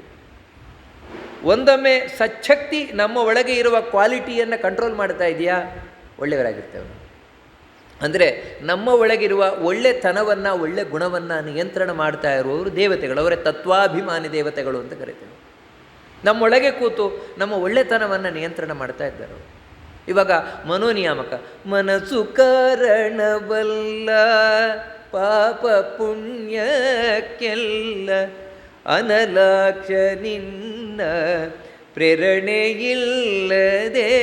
ಶಿವನಿಗೆ ಹೇಳ್ಬೇಕಾದ್ರೆ ಹೇಳ್ತೇವೆ, ನೋಡಪ್ಪ ಮನಸ್ಸು ಕಾರಣ ಅಲ್ಲ, ಏನೋ ಕೆಟ್ಟದ್ದು ಒಳ್ಳೆಯದು ನೀನೇ ಕಾರಣ. ಅಂದರೆ ನೀನು ಕಾರಣ ಅಂದರೆ ಒಳ್ಳೆ ಕಡೆ ಹೋಗ್ತಾ ಇರಲಿಕ್ಕೆ. ನಾನಿವತ್ತು ದೇವ್ರ ಬಗ್ಗೆ ಕೇಳ್ತಾನೆ. ಈಗ ನಾವಿಲ್ಲಿ ಕೂತು ಈ ವಿಘ್ನೇಶ್ವರ ಸಂಧಿಯನ್ನು ಬಹಳ ಇಂಟ್ರೆಸ್ಟಿಂದ ಕೇಳ್ತಾ ಇದ್ದೇವೆ ಅಂತ ಹೇಳಿದರೆ ಅದಕ್ಕೆ ಒಳಗೆ ಕೂತಿರುವ ಶಿವ ಕಾರಣ, ಚಂದ್ರ ಕಾರಣ. ನೋಡಿ ದೇವತೆಗಳು ಇವರೆಲ್ಲ ಕಾರಣ, ಇಂದ್ರ ಕಾರಣ, ಎಲ್ಲ ಮನಸ್ಸಿಗೆ ಅಭಿಮಾನಿಗಳಾದ ದೇವತೆಗಳು ಕಾರಣ. ಇದೇ ಮನಸ್ಸಿನಲ್ಲೇ ದುಷ್ಟಶಕ್ತಿಗಳು ಕೂತ್ಕೊಳ್ತವೆ ಬಂದು. ಯಾರು ಅಂತ ಹೇಳಿದ್ರೆ ಇವಾಗ ಕೆಟ್ಟ ಕಾಮನೆಗಳು, ಕಾಲನೇಮಿ, ಸಿಟ್ಟು, ವಿಪ್ರಚಿತ್ತಿ, ಇಂಥ ದೈತ್ಯರು ಒಳಗಿದ್ದಾರೆ. ಎಲ್ಲಕ್ಕಿಂತ ಕಲಿ ಒಳಗೆ ಕೂತಿರ್ತಾರೆ. ಅವನೇನಂತ ಹೇಳಿದ್ರೆ ಕಲಿಯೇ ಒಳಗೆ ಇರುವ ಅಜ್ಞಾನ ಮಿಥ್ಯಾ ಮತಿ ರೂಪ ತೋಸೋ ಅಂತ ಹೇಳ್ತಾರೆ. ಅಜ್ಞಾನ, ಗೊತ್ತಿಲ್ಲ, ಏನೂ ಗೊತ್ತಿಲ್ಲ. ಎಲ್ಲಿವರೆಗೆ ಅಂದರೆ ನೋಡಿ, ಮನುಷ್ಯನಿಗೆ ಮಿನಿಮಮ್ ಇಷ್ಟಾದರೂ ಗೊತ್ತಿರಬೇಕು, ನನಗೇನು ಗೊತ್ತಿಲ್ಲ ಅಂತನಾದರೂ ಗೊತ್ತಿರಬೇಕು. ಅದೂ ಕೂಡ ಗೊತ್ತಿರೋಲ್ಲ ನನಗೆ. ಏನೂ ಗೊತ್ತಿಲ್ಲ ಅಂತಲೂ ಗೊತ್ತಿಲ್ಲ. ಮತ್ತೇನೆಂದರೆ ನನಗೆ ಎಲ್ಲ ಗೊತ್ತಿದೆ, ಎಲ್ಲ ಗೊತ್ತಿದೆ ನನಗೆ, ಇದೇ ತಿಳ್ಕೊಂಡಿರೋದು ನಮಗೆ. ಒಂದು ಏನು ಗೊತ್ತಿರೋದೇನು ತಪ್ಪೆ, ಗೊತ್ತಿರುವುದೆಲ್ಲ ತಪ್ಪೆ. ಅದೇನೆಂದರೆ ವಿಪರೀತ ಜ್ಞಾನ. ತಪ್ಪಾಗಿ ತಿಳ್ಕೊಂಡಿರ್ತೇವೆ, ಇದೇ ಸರಿ ಅಂತ ತಿಳ್ಕೊಂಡಿರ್ತೇವೆ. ಇದೇ ನಮ್ಮ ಎಲ್ಲ ಈ ಜಗತ್ತಿನಲ್ಲಿ ಆಗುವಂತಹ ಕೆಟ್ಟತನಕ್ಕೆ, ಅಂದರೆ ಪಾಪಗಳಿಗೆ ಕಾರಣ. ಕೆಟ್ಟದಾಗಿ ತಿಳ್ಕೊಳ್ಳೋದು, ತಪ್ಪಾಗಿ ತಿಳ್ಕೊಳ್ಳೋದು, ಗೊತ್ತೇ ಇಲ್ಲದೆ ಇರುವಂಥದ್ದು ಈ ಅಜ್ಞಾನ, ವಿಪರೀತ ಜ್ಞಾನ. ಇದು ಮನುಷ್ಯನನ್ನು ಸಂಪೂರ್ಣ ಹಾಳು ಮಾಡಿಬಿಡ್ತದೆ. ಸಂಪೂರ್ಣ ಹಾಳು ಮಾಡೋದೇ ಇದು. ಮಹಾಭಾರತದಲ್ಲಿ ಇದನ್ನೇ ಸನಸ್ಸುಜಾದರು ಹೇಳ್ತಾರೆ. ನಿಜವಾಗಲೂ ಸಾವು ಅಂತ ಒಂದು ಇಲ್ವಂತೆ, ಸಾವು ಅನ್ನೋದೇ ಇಲ್ಲ ಅಂತ ಹೇಳ್ಬಿಡ್ತಾರೆ ಸನಸ್ಸುಜಾತರಲ್ಲ. ಮತ್ತೆ ಎಲ್ಲರೂ ಸಾಯ್ತಾ ಇದ್ದಾರಲ್ವ, ಅದಕ್ಕೆ ಕಾರಣ ಮತ್ತೆ ಯಾರಲ್ಲ, ಅವರೇ ಕಾರಣ ಅಂತ ಹೇಳ್ತಾರೆ. ಸಾವಿಗೆ ಕಾರಣ ಅವರೇ. ಏನಂತ ಹೇಳಿದ್ರೆ ಇದೇ ತಪ್ಪಾಗಿ ತಿಳ್ಕೊಳ್ಳೋದೇ ಕಾರಣ. ಒಂದೂವರೆ ತಿಳ್ಕೊಳ್ಳೋದು ಅದೇ ಕಾರಣ. ನಿಮಗೆ ಎಲ್ಲಿವರೆಗೆ ಅಂದರೆ ಡಾಕ್ಟ್ರು ಮದ್ದು ಕೊಡ್ತಾರೆ ಅಂತ ತಿಳ್ಕೊಳ್ಳಿ. ಡಾಕ್ಟ್ರು ಮದ್ದು ಕೊಟ್ಟರೆ ಅವ್ರಿಗೆ ಹೇಗೆ ಹೇಳಿದವರು ಹಾಗೆ ತೊಗೊಳ್ಬೇಕು ತಾನೆ. ಅದು ಬಿಟ್ಟು ಡಾಕ್ಟ್ರು ಹೇಳಿದ್ದೊಂದು ಇವ್ರು ತೊಗೊಂಡಿದ್ದೊಂದಾದರೆ ನೋಡಿ, ಈ ರೀತಿ ತಪ್ಪು ತಿಳುವಳಿಕೆಯಿಂದ ರೋಗ ಗುಣ ಆಗಬೇಕಾದದ್ದು ವಿರುದ್ಧ ಆಗ್ತದೆ ತಾನೆ. ಅಥವಾ ಇನ್ನೊಂದೇನಂದ್ರೆ ಅಜ್ಞಾನ, ಗೊತ್ತಿಲ್ಲ, ಏನೂ ಗೊತ್ತಿಲ್ಲ, ಹಾಗಿದ್ರು ಏನು ತನಗೆ ಕೊಂಡದ್ದೇ ತೊಗೊಳ್ಳೋದು, ಇದೆ ಈ ರೋಗಕ್ಕೆ ಇದೆ ಮದ್ದು. ವಾಸ್ತವಿಕವಾಗಿ ಗೊತ್ತಿಲ್ಲದಿದ್ದರೆ ತಗೊಳ್ಳಿಕ್ಕೆ ಹೋಗಬಾರ್ದು. ಈ ರೀತಿ ಗೊತ್ತಿಲ್ಲದೆ ಇದ್ದರೂ ತಗೊಳ್ಳೋದು, ಅಥವಾ ಹೇಳಿದ್ರು ತಪ್ಪಾಗಿ ತಿಳ್ಕೊಳ್ಳೋದು. ಈ ರೀತಿ ಆದರೆ ಆರೋಗ್ಯ ಹಾಳಾಗದೇ ಇರ್ತದೆ. ಅಂದರೆ ಇದು ಒಂದು ಉದಾಹರಣೆ ಹೇಳಿದ್ದಷ್ಟೇ, ಪ್ರತಿಯೊಂದು ವಿಷಯದಲ್ಲೂ ಅಷ್ಟೇ. ನಾವಿವಾಗ ಆಗ್ತಾ ಇರುವುದೇ ಇದು, ಹೀಗೆ ಅಜ್ಞಾನ, ವಿಪರೀತ ಜ್ಞಾನ, ತಪ್ಪು ತಿಳುವಳಿಕೆ. ಇದಕ್ಕೆ ಕಾರಣ ಏನಂದರೆ ಒಳಗೆ ಕೂತಿರುವ ಕಲಿ. ಸರಿಯಾಗಿ ತಿಳ್ಕೊಳ್ಳಿಕ್ಕೆ ಬಿಡೋಲ್ಲ, ಯಾವ ವಿಷಯವನ್ನು ಸರಿಯಾಗಿ ತಿಳ್ಕೊಳ್ಳಿಕ್ಕೆ ಬಿಡೋಲ್ಲ. ಯಾಕಂದರೆ ಕಲಿ. ಆ ಕಲಿಯನ್ನು ಒಳಗಿನಿಂದ ನಿಗ್ರಹ ಮಾಡುವುದಾಗಲಿ ಅಥವಾ ಎಲ್ಲ ದೈತ್ಯರನ್ನು ನಿಗ್ರಹ ಮಾಡುವುದಾಗಲಿ ನಮ್ಮ ಕೈಲಾಗೋಲ್ಲ. ಅದಕ್ಕೋಸ್ಕರ ಎಷ್ಟೋ ಸಲ ನಾವು ನೋಡ್ತೇವೆ, ಸಿಟ್ಟು ಬಂದರೆ ಎಲ್ಲ ಇಂಥ ಉಪನ್ಯಾಸ ಎಲ್ಲ ಕೇಳಿ, ಹೌದ್ರಿ ಸಿಟ್ಟು ಕಂಟ್ರೋಲ್ ಮಾಡ್ಕೊಳ್ಬೇಕು, ಸಿಟ್ಟು ಕಂಟ್ರೋಲ್ ಮಾಡಬೇಕು. ಆದರೆ ನಮ್ಮ ಕೈಲಿರೋದೇ ಇಲ್ಲ, ಸಿಟ್ಟು ಬಂದುಬಿಡ್ತದೆ. ಯಾಕೆ ಈ ರೀತಿ ಆಗುತ್ತೆ? ಆಸೆ ಬಿಡಬೇಕು, ಆಸೆ ಎಲ್ಲ ಮಾಡಬಾರ್ದು. ಎಷ್ಟು ನಾವು ತಿಳ್ಕೊಳ್ತೇವೆ, ಆದರೆ ನಮ್ಗೆ ಗೊತ್ತಿಲ್ಲದೆ ಆಸೆ ಬಂದುಬಿಟ್ಟಿರ್ತದೆ. ಏನು ಕಾರಣ ಅಂದರೆ ಒಳಗೆ ಕೂತಿರುವ ದೈತ್ಯರು, ಕೆಟ್ಟ ಆಸೆಗಳು. ಹೋಗಬೇಕು ಅಂತ ಹೇಳಿದರೆ ಒಳಗೆ ದೇವತಾನುಗ್ರಹ ಬೇಕು. ಅದಕ್ಕೆ ಹೇಳಿದರು, ಗಣಪತಿ ನೀನವತ್ತು ಚಾರುದೇಷ್ಣನಾಗಿ ಬಂದು ದೈತ್ಯರನ್ನು ಸಂಹಾರ ಮಾಡಿದೆ, ಹಾಗೆ ಇವತ್ತು ನನ್ನೊಳಗೆ ನೀನು ಅವತರಿಸಿ ಬಂದು ನನ್ನೊಳಗೆ ಕೂತಿದ್ದಾರೆ ದೈತ್ಯರುಗಳು, ಅವರನ್ನು ಸಂಹಾರ ಮಾಡಬೇಕು. ಸಂಹಾರವನ್ನು ಮಾಡಿ ನನಗೆ ಒಳ್ಳೆ ಬುದ್ಧಿಯನ್ನು ಕೊಡಬೇಕು ನೀವು, ಒಳ್ಳೆ ಮತಿಯನ್ನು ಕೊಡಬೇಕು ನೀವು ನನಗೆ ಅಂತ ಪ್ರಾರ್ಥನೆ ಮಾಡಿಕೊಳ್ಳುವಂಥದ್ದು. ಅಂದರೆ ಎಲ್ಲ ದೇವತೆಗಳು ನಮಗೆ ಬುದ್ಧಿ ಪ್ರೇರಣೆಯನ್ನು ಮಾಡ್ತಾರೆ, ಮನಸ್ಸಿನ ಪ್ರೇರಣೆ ಮಾಡ್ತಾರೆ. ಹೇಗೆಂದರೆ ಸಣ್ಣ ಲೆವೆಲ್ಲಿಂದ ದೊಡ್ಡ ಲೆವೆಲ್ಲಿನವರೆಗೆ. ಇವಾಗ ನೋಡಿ, 1ನೇ ಕ್ಲಾಸಲ್ಲೂ ಕೂಡ ಹೇಳ್ಕೊಡ್ತಾರೆ, 2ನೇ ಕ್ಲಾಸಲ್ಲೂ ಹೇಳ್ಕೊಡ್ತಾರೆ, 10ನೇ ಕ್ಲಾಸಲ್ಲಿ ಹೇಳ್ಕೊಡ್ತಾರೆ. ಎಲ್ಲರೂ ಅಧ್ಯಾಪಕರೇ. ಆದರೆ ಅಧ್ಯಾಪಕರಲ್ಲಿ ವ್ಯತ್ಯಾಸ ಇದೆಯಲ್ವ. 1ನೇ ಕ್ಲಾಸಲ್ಲಿ ಹೇಳ್ಕೊಡುವವರು ಬರೀ ಪ್ರಿಲಿಮಿನರಿ, 2ನೇ ಕ್ಲಾಸಲ್ಲಿ ಅದಕ್ಕಿಂತ ಹೆಚ್ಚು, 10ನೇ ಕ್ಲಾಸಲ್ಲಿರುವವರು ಇವರಿಗಿಂತ ಹೆಚ್ಚು ತಿಳ್ಕೊಂಡವರು, ಇನ್ನು ಕಾಲೇಜಿಗೆ ಹೋದರೆ ಇವರಿಗಿಂತಲೂ ಹೆಚ್ಚು ತಿಳ್ಕೊಂಡವರು. ಹೀಗೆ ಮೇಲೆ ಮೇಲೆ ಕಲಿತಾ ಹೋದಾಗೆ ಹೆಚ್ಚು ಹೆಚ್ಚು ಹೆಚ್ಚು ತಿಳ್ಕೊಂಡಿರ್ತಾರೆ. ಹಾಗೆಯೇ ದೇವತೆಗಳಲ್ಲೂ ಕೂಡ ನಾವು ಹಿಂದೆ ಕೇಳೋದು ತಾರತಮ್ಯ ಅಂತ. 18ನೇ ಕಕ್ಷೆಯಲ್ಲಿ ಗಣಪತಿ ಇದ್ದಾನೆ ಅಂತ, ಅವನಿಗಿಂತ ಮೇಲೆ 17 ದೇವತೆಗಳು ನಮ್ಮ ಬುದ್ಧಿ ಮನಸ್ಸು ಎಲ್ಲ ಪ್ರೇರಣೆ ಮಾಡುವವರಿದ್ದಾರೆ. ಗಣಪತಿಗಿಂತ ಕೆಳಗೆ ಇನ್ನೂ ಒಂದು ಸುಮಾರು ಜನ ಇದ್ದಾರೆ ನಮ್ಮ ಬುದ್ಧಿ ಮನಸ್ಸೆಲ್ಲ. ಯಾಕಂದರೆ ಸಣ್ಣ ಸಣ್ಣ ಸಣ್ಣ ಅಂತಿದ್ರೆ ಹಿಡಿದು ದೊಡ್ಡ ದೊಡ್ಡ ತನಕ ನಮಗೆ ಗೊತ್ತಿಲ್ಲ. ನಾವೇನು ತಿಳ್ಕೊಂಡಿದ್ದೇವೆ ಅಂದರೆ ನಾವಾಗಿರೋದು, ಅಯ್ಯೋ ಯಾರಿದ್ದಾರೆ ರೀ ನಮ್ಮ ತಲೆ ನಮ್ಮ ಕೈ, ಇನ್ನು ಯಾರಿದ್ದಾರೆ ನಮ್ಮನ್ನು ಕಂಟ್ರೋಲ್ ಮಾಡೋರು, ನಮ್ಮ ನೋಡ್ಕೊಳ್ಳೋರು ಯಾರಿದ್ದಾರೆ ಅಂತ. ಆದರೆ ನಿಜವಾಗ್ಲೂ ಒಬ್ಬೊಬ್ಬ ವ್ಯಕ್ತಿಯನ್ನು ನೋಡಿಕೊಳ್ಳಿಕ್ಕೆ ದೇವರು ಎಷ್ಟು ವ್ಯವಸ್ಥೆ ಮಾಡಿದ್ದಾನೆ ಒಳಗಿನಿಂದ, ಎಷ್ಟು ದೇವತೆಗಳನ್ನಿಟ್ಟಿದ್ದಾನೆ. ನಮಗೇನು ಆಗಬಾರದು ಅಂತ ಇಷ್ಟೆಲ್ಲ ವ್ಯವಸ್ಥೆ ಮಾಡಿದರೂ ಇವರೆಲ್ಲ ಬಿಟ್ಟು ನಾವು ದೈತ್ಯರ ಫ್ರೆಂಡ್ಶಿಪ್ ಮಾಡಿಬಿಡ್ತೇವೆ. ಒಳಗಿನಿಂದ ನೋಡಿ ದುಷ್ಟ ದೈತ್ಯರ ಫ್ರೆಂಡ್ಶಿಪ್ ಮಾಡ್ತೇವೆ ನಾವು. ಅದರಿಂದಾಗಿ ಬುದ್ಧಿ ಕೆಟ್ಟು ಹೋಗುತ್ತೆ. ಅದಕ್ಕೆ ಗಣಪತಿ, ನೀನು ನನಗೆ ಆ ದೈತ್ಯರನ್ನು ಸಂಹರಿಸಿ ಒಳ್ಳೆಯವರ ಸಹವಾಸವನ್ನು ಕೊಡು, ಒಳ್ಳೆಯ ಬುದ್ಧಿಯನ್ನು ಕೊಡು ಅಂತ ಬಹಳ ಸುಂದರವಾದ ಪ್ರಾರ್ಥನೆಗಳಿದೆಲ್ಲವೂ ಕೂಡ ನಮಗೆ. ಇಲ್ಲದಿದ್ದರೆ ಆಗುವುದಲ್ಲ. ಇದು ಮೇಲು ನೋಟಕ್ಕೆ ಬರೀ ಸನ್ಮತಿಯ ಅಂತ ಕಾಣಿಸ್ತದೆ, ಆದರೆ ಬರೀ ಸನ್ಮತಿ ಅಂದರೆ ಅಷ್ಟೇ ಅಲ್ಲ, ಆ ಸನ್ಮತಿ ಬರಲಿಕ್ಕೆ ಎಷ್ಟು ಕಷ್ಟ ಇದೆ ಅಂತ. ಶೂರ್ಪಕರ್ಣದ್ವಯ ವಿಜಿತ ಕಂದರ್ಪಘರ ಉದಿತಾರ್ಕ ಸನ್ನಿಭ ಸರ್ಪವರ ಕಟಿಸೂತ್ರ ವೈಕೃತ ಗಾತ್ರ ಸುಚರಿತ್ರ ಸ್ವರ್ಪಿತಾಂಕುಶ ಪಾಶಕರ ಖಳದರ್ಪ ಭಂಜನ ಕರ್ಮ ಸಾಕ್ಷಿಗ ತರ್ಪಕನು ನೀನಾಗಿ ತೃಪ್ತಿಯ ಪಡಿಸು ಸಜ್ಜನರ. ಈಗ ಗಣಪತಿಯ ವರ್ಣನೆ. ಗಣಪತಿ ಉಳಿದ ದೇವತೆಗಳಂತಲ್ಲ, ಗಣಪತಿಯ ಪ್ರತಿಯೊಂದು ಸ್ವಲ್ಪ ವಿಚಿತ್ರ. ಅದಕ್ಕೆ ಹೇಳ್ತಾರೆ ಶೂರ್ಪಕರ್ಣ. ಮೊದಲೇ ನಿಮಗೆ ಮೊರದಗಲದ ಕಿವಿ, ನಾವು ಹೇಳ್ತೇವಲ್ಲ ಮೊರೆಗಪ್ಪಿನ ಭಾವ, ಮೊರದಗಲದ ಕಿವಿ ಕೊರೆದಡಿಗ ನಾರಮ್ಮ. ಮೊರದಗಲದ ಕಿವಿ ಅಂದರೆ ಮೊರ, ತಡಪೆ ಅಂತ ಹೇಳ್ತೇವೆ ತುಳುವಿನಲ್ಲಿ, ಕನ್ನಡದಲ್ಲಿ ಮೊರ. ಆ ಮೊರದಂತೆ ಇರುವ 2 ಕಿವಿಗಳು ಗಣಪತಿಗೆ. ದೊಡ್ಡ ಕಿವಿ, ಆನೆ ಕಿವಿ. ಆನೆ ಕಿವಿ ಅಂದರೆ ಮೊರೆ, ಇದ್ರಾಗೆ ಮೊರದ ಹಾಗೆ ಇರುವಂಥದ್ದು. ಅದು ಯಾಕೆ ಅಂಥ ಕಿವಿ? ಗಣಪತಿ ಸಣ್ಣ ಕಿವಿ ಇಟ್ಕೊಳ್ಬೋದಿತ್ತಲ್ವ, ಸುಂದರವಾಗಿ ನಮ್ಮ ಹಾಗೆ ಚಂದ ಕಾಣುವ ಕಿವಿಯನ್ನು ಇಟ್ಕೊಳ್ಬೋದಿತ್ತಲ್ವ. ಗಣಪತಿ ಇಟ್ಕೊಳ್ಳಿಲ್ಲ, ದೊಡ್ಡ ಕಿವಿ ಇಟ್ಕೊಂಡಿದ್ದಾನೆ. ಯಾಕಂದರೆ ಚೆನ್ನಾಗಿ ಕೇಳ್ರಿ ಅಂತ. ಕೇಳಿ, ಯಾಕಂದರೆ ಶ್ರವಣ ಅನ್ನುವುದು ಬಹಳ ಮುಖ್ಯ. ನಿಮಗೆ ನಾನು ವಿಘ್ನ ಇವಾಗ ದೇವರ ಕಡೆ ನಾವು ಹೊರಡಬೇಕು, ದೇವರ ಕಡೆ ಹೊರಡಬೇಕು ಅಂತ ಹೇಳಿದರೆ ನಿಮಗೆ ವಿಘ್ನ ಪರಿಹಾರ ಆಗಬೇಕಾ? ಮೊದಲು ಶ್ರವಣ ಮಾಡಿ. ಶ್ರವಣಂ ಕೀರ್ತನಂ ವಿಷ್ಣು ಸ್ಮರಣಂ ಪಾದ ಸೇವದನ. ಮೊದಲು ಕೇಳಬೇಕು. ಕೇಳುವುದರಿಂದ ನಮ್ಮ ಈ ಮಾರ್ಗದಲ್ಲಿ ಪ್ರಯಾಣ ಪ್ರಾರಂಭ ಆಗುತ್ತದೆ. ಕೇಳಬೇಕು ಅಂತ ಹೇಳಿದರೆ ಕಿವಿ ದೊಡ್ಡದಾಗಿರಬೇಕು, ಅಗಲವಾಗಿರಬೇಕು. ನಾವು ಹೇಳ್ತೇವೆ ನೋಡಿ, ಯಾವತ್ತೂ ಅಷ್ಟೇ, ತುಂಬ ಗಲಾಟೆ ಆಗ್ತಾ ಇದೆ, ಕೇಳಿಸ್ತಾ ಇಲ್ಲ. ಅವಾಗ ನಾವು ಹೇಳ್ತೇವೆ, ಏನು ಹೇಳಿದ್ರಿ ಅಷ್ಟೇ. ನೋಡಿ ಈ ರೀತಿ ಸ್ವಾರಸ್ಯ ಇಲ್ಲಿದೆ ನೋಡಿ. ವಾಸ್ತವಿಕವಾಗಿ ಏನಾಗುತ್ತೆ ಅಂದರೆ ಈ ರೀತಿ ನೀವು ಇಟ್ಕೊಂಡ್ರೆ ಕೇಳಿಸ್ತದೆ ಶಬ್ದ. ಯಾಕಂತ ಹೇಳಿದ್ರೆ ಆ ಬರುವ ವೇವ್ಸ್ ಏನಿದೆ, ವೇವ್ಸ್ ತಡೆಯಲ್ಪಟ್ಟು ಕಿವಿ ಕಡೆ ಹೋಗ್ತದೆ, ಒಳಗೆ ಹೋಗುತ್ತೆ. ಇಲ್ಲಿದ್ರೆ ಏನಂತ ಹೇಳಿದ್ರೆ ಎಲ್ಲ ಕಡೆ ಅದು ಪಸರಿಸ್ತದೆ, ನಿಮಗೆ ಕೇಳೋಲ್ಲ. ಅದಕ್ಕೆ ಗಣಪತಿ ಚೆನ್ನಾಗಿ ಕೇಳಿ, ದೇವರ ಬಗ್ಗೆ ಕೇಳಿ, ಒಳ್ಳೆಯ ವಿಷಯವನ್ನು ಕೇಳಿ ನೋಡಿ. ಇದರ ಸಂಕೇತವಾಗಿ ಗಣಪತಿ ತಾನು ಇದು ಮೊರದಗಲದ ಕಿವಿ ಅದನ್ನು ಇಟ್ಕೊಂಡಿದ್ದಾನೆ. ಶೂರ್ಪಕರ್ಣ. ಶೂರ್ಪ ಅಂತ ಹೇಳಿದರೆ ಅದೇ ಮೊರದ ಹಾಗೆ ಇರುವಂತಹ ಕಿವಿ. ನಂತರ ಶೂರ್ಪಕರ್ಣದ್ವಯ ವಿಜಿತ ಕಂದರ್ಪಶರ. ಇನ್ನು ವಿಜಿತ ಕಂದರ್ಪಹರ. ಕಂದರ್ಪ ಅಂತ ಹೇಳಿದರೆ ಕಾಮ. ಆ ಕಾಮನನ್ನು ಗೆದ್ದವ ಗಣಪತಿ. ಅಂದರೆ ಕಾಮನನ್ನು ಗೆದ್ದವ ಅಂತ ಹೇಳಿದ್ರೆ ಕಾಮನ ಉಪದ್ರವ ಇಲ್ಲದೆ ಇರುವವ ಗಣಪತಿ.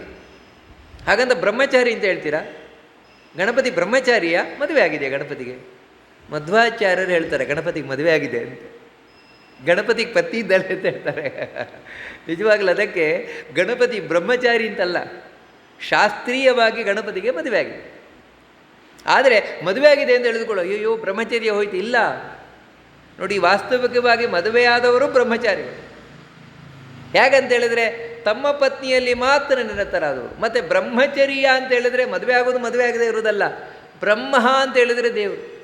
ಆ ದೇವರ ಕಡೆ ಹೋಗ್ತಾ ಇರುವವರು ಯಾವತ್ತು. ಈ ಯಾವುದೇ ಆಸೆ ಆಕಾಂಕ್ಷೆಗಳಿಗೆ ಒಳಗದಾಗಿರುವುದವರು ಗಣಪತಿ ಆ ರೀತಿ ಇರುವವರು. ಅದಕ್ಕೆ ಹೇಳ್ತಾರೆ ಕಂದರ್ಪಹರ ವಿಜಿತ ಕಂದರ್ಪ ಶರ. ನಂತರ ಉದಿತಾರ್ಕ ಸನ್ನಿಭ ಹೇಳ್ತೇವಲ್ವ, ಕೋಟಿ ಸೂರ್ಯ ಸಮಪ್ರಭಾ ಅಂತ.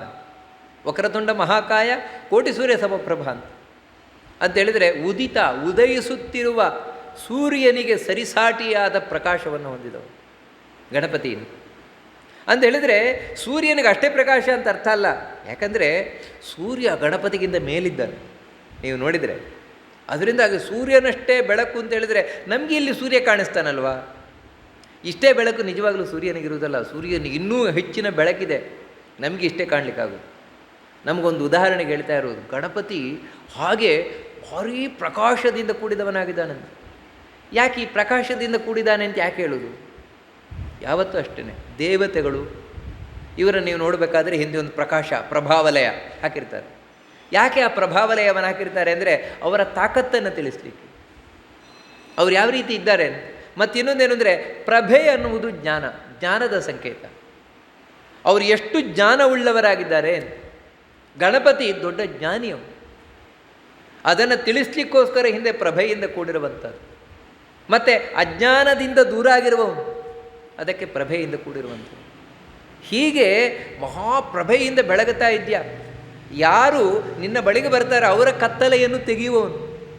ಯಾಕಂದರೆ ಲೈಟ್ ಹತ್ತಿರ ಬಂದರೆ ನಮಗೆ ಕತ್ತಲೆ ಇಲ್ವಲ್ಲ, ಹಾಗೆ ಗಣಪತಿ ಒಂದು ಪ್ರಕಾಶಮಾನವಾಗಿರುವವನು. ಅವನ ಹತ್ತಿರ ಹೋದರೆ ಮತ್ತೆ ಅಜ್ಞಾನ ಇಲ್ಲ, ಆ ಅಜ್ಞಾನವನ್ನು ಕಳೆಯುವವನು.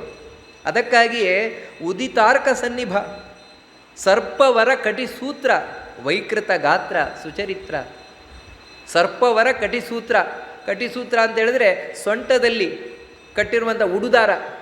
ಯಾವುದು ಉಡುದಾರ ಅಂದರೆ ಒಂದು ಸರ್ಪವೇ ಉಡುದಾರ, ಉಡುದಾರವನ್ನು ಮಾಡಿಕೊಂಡಿರುವವನು.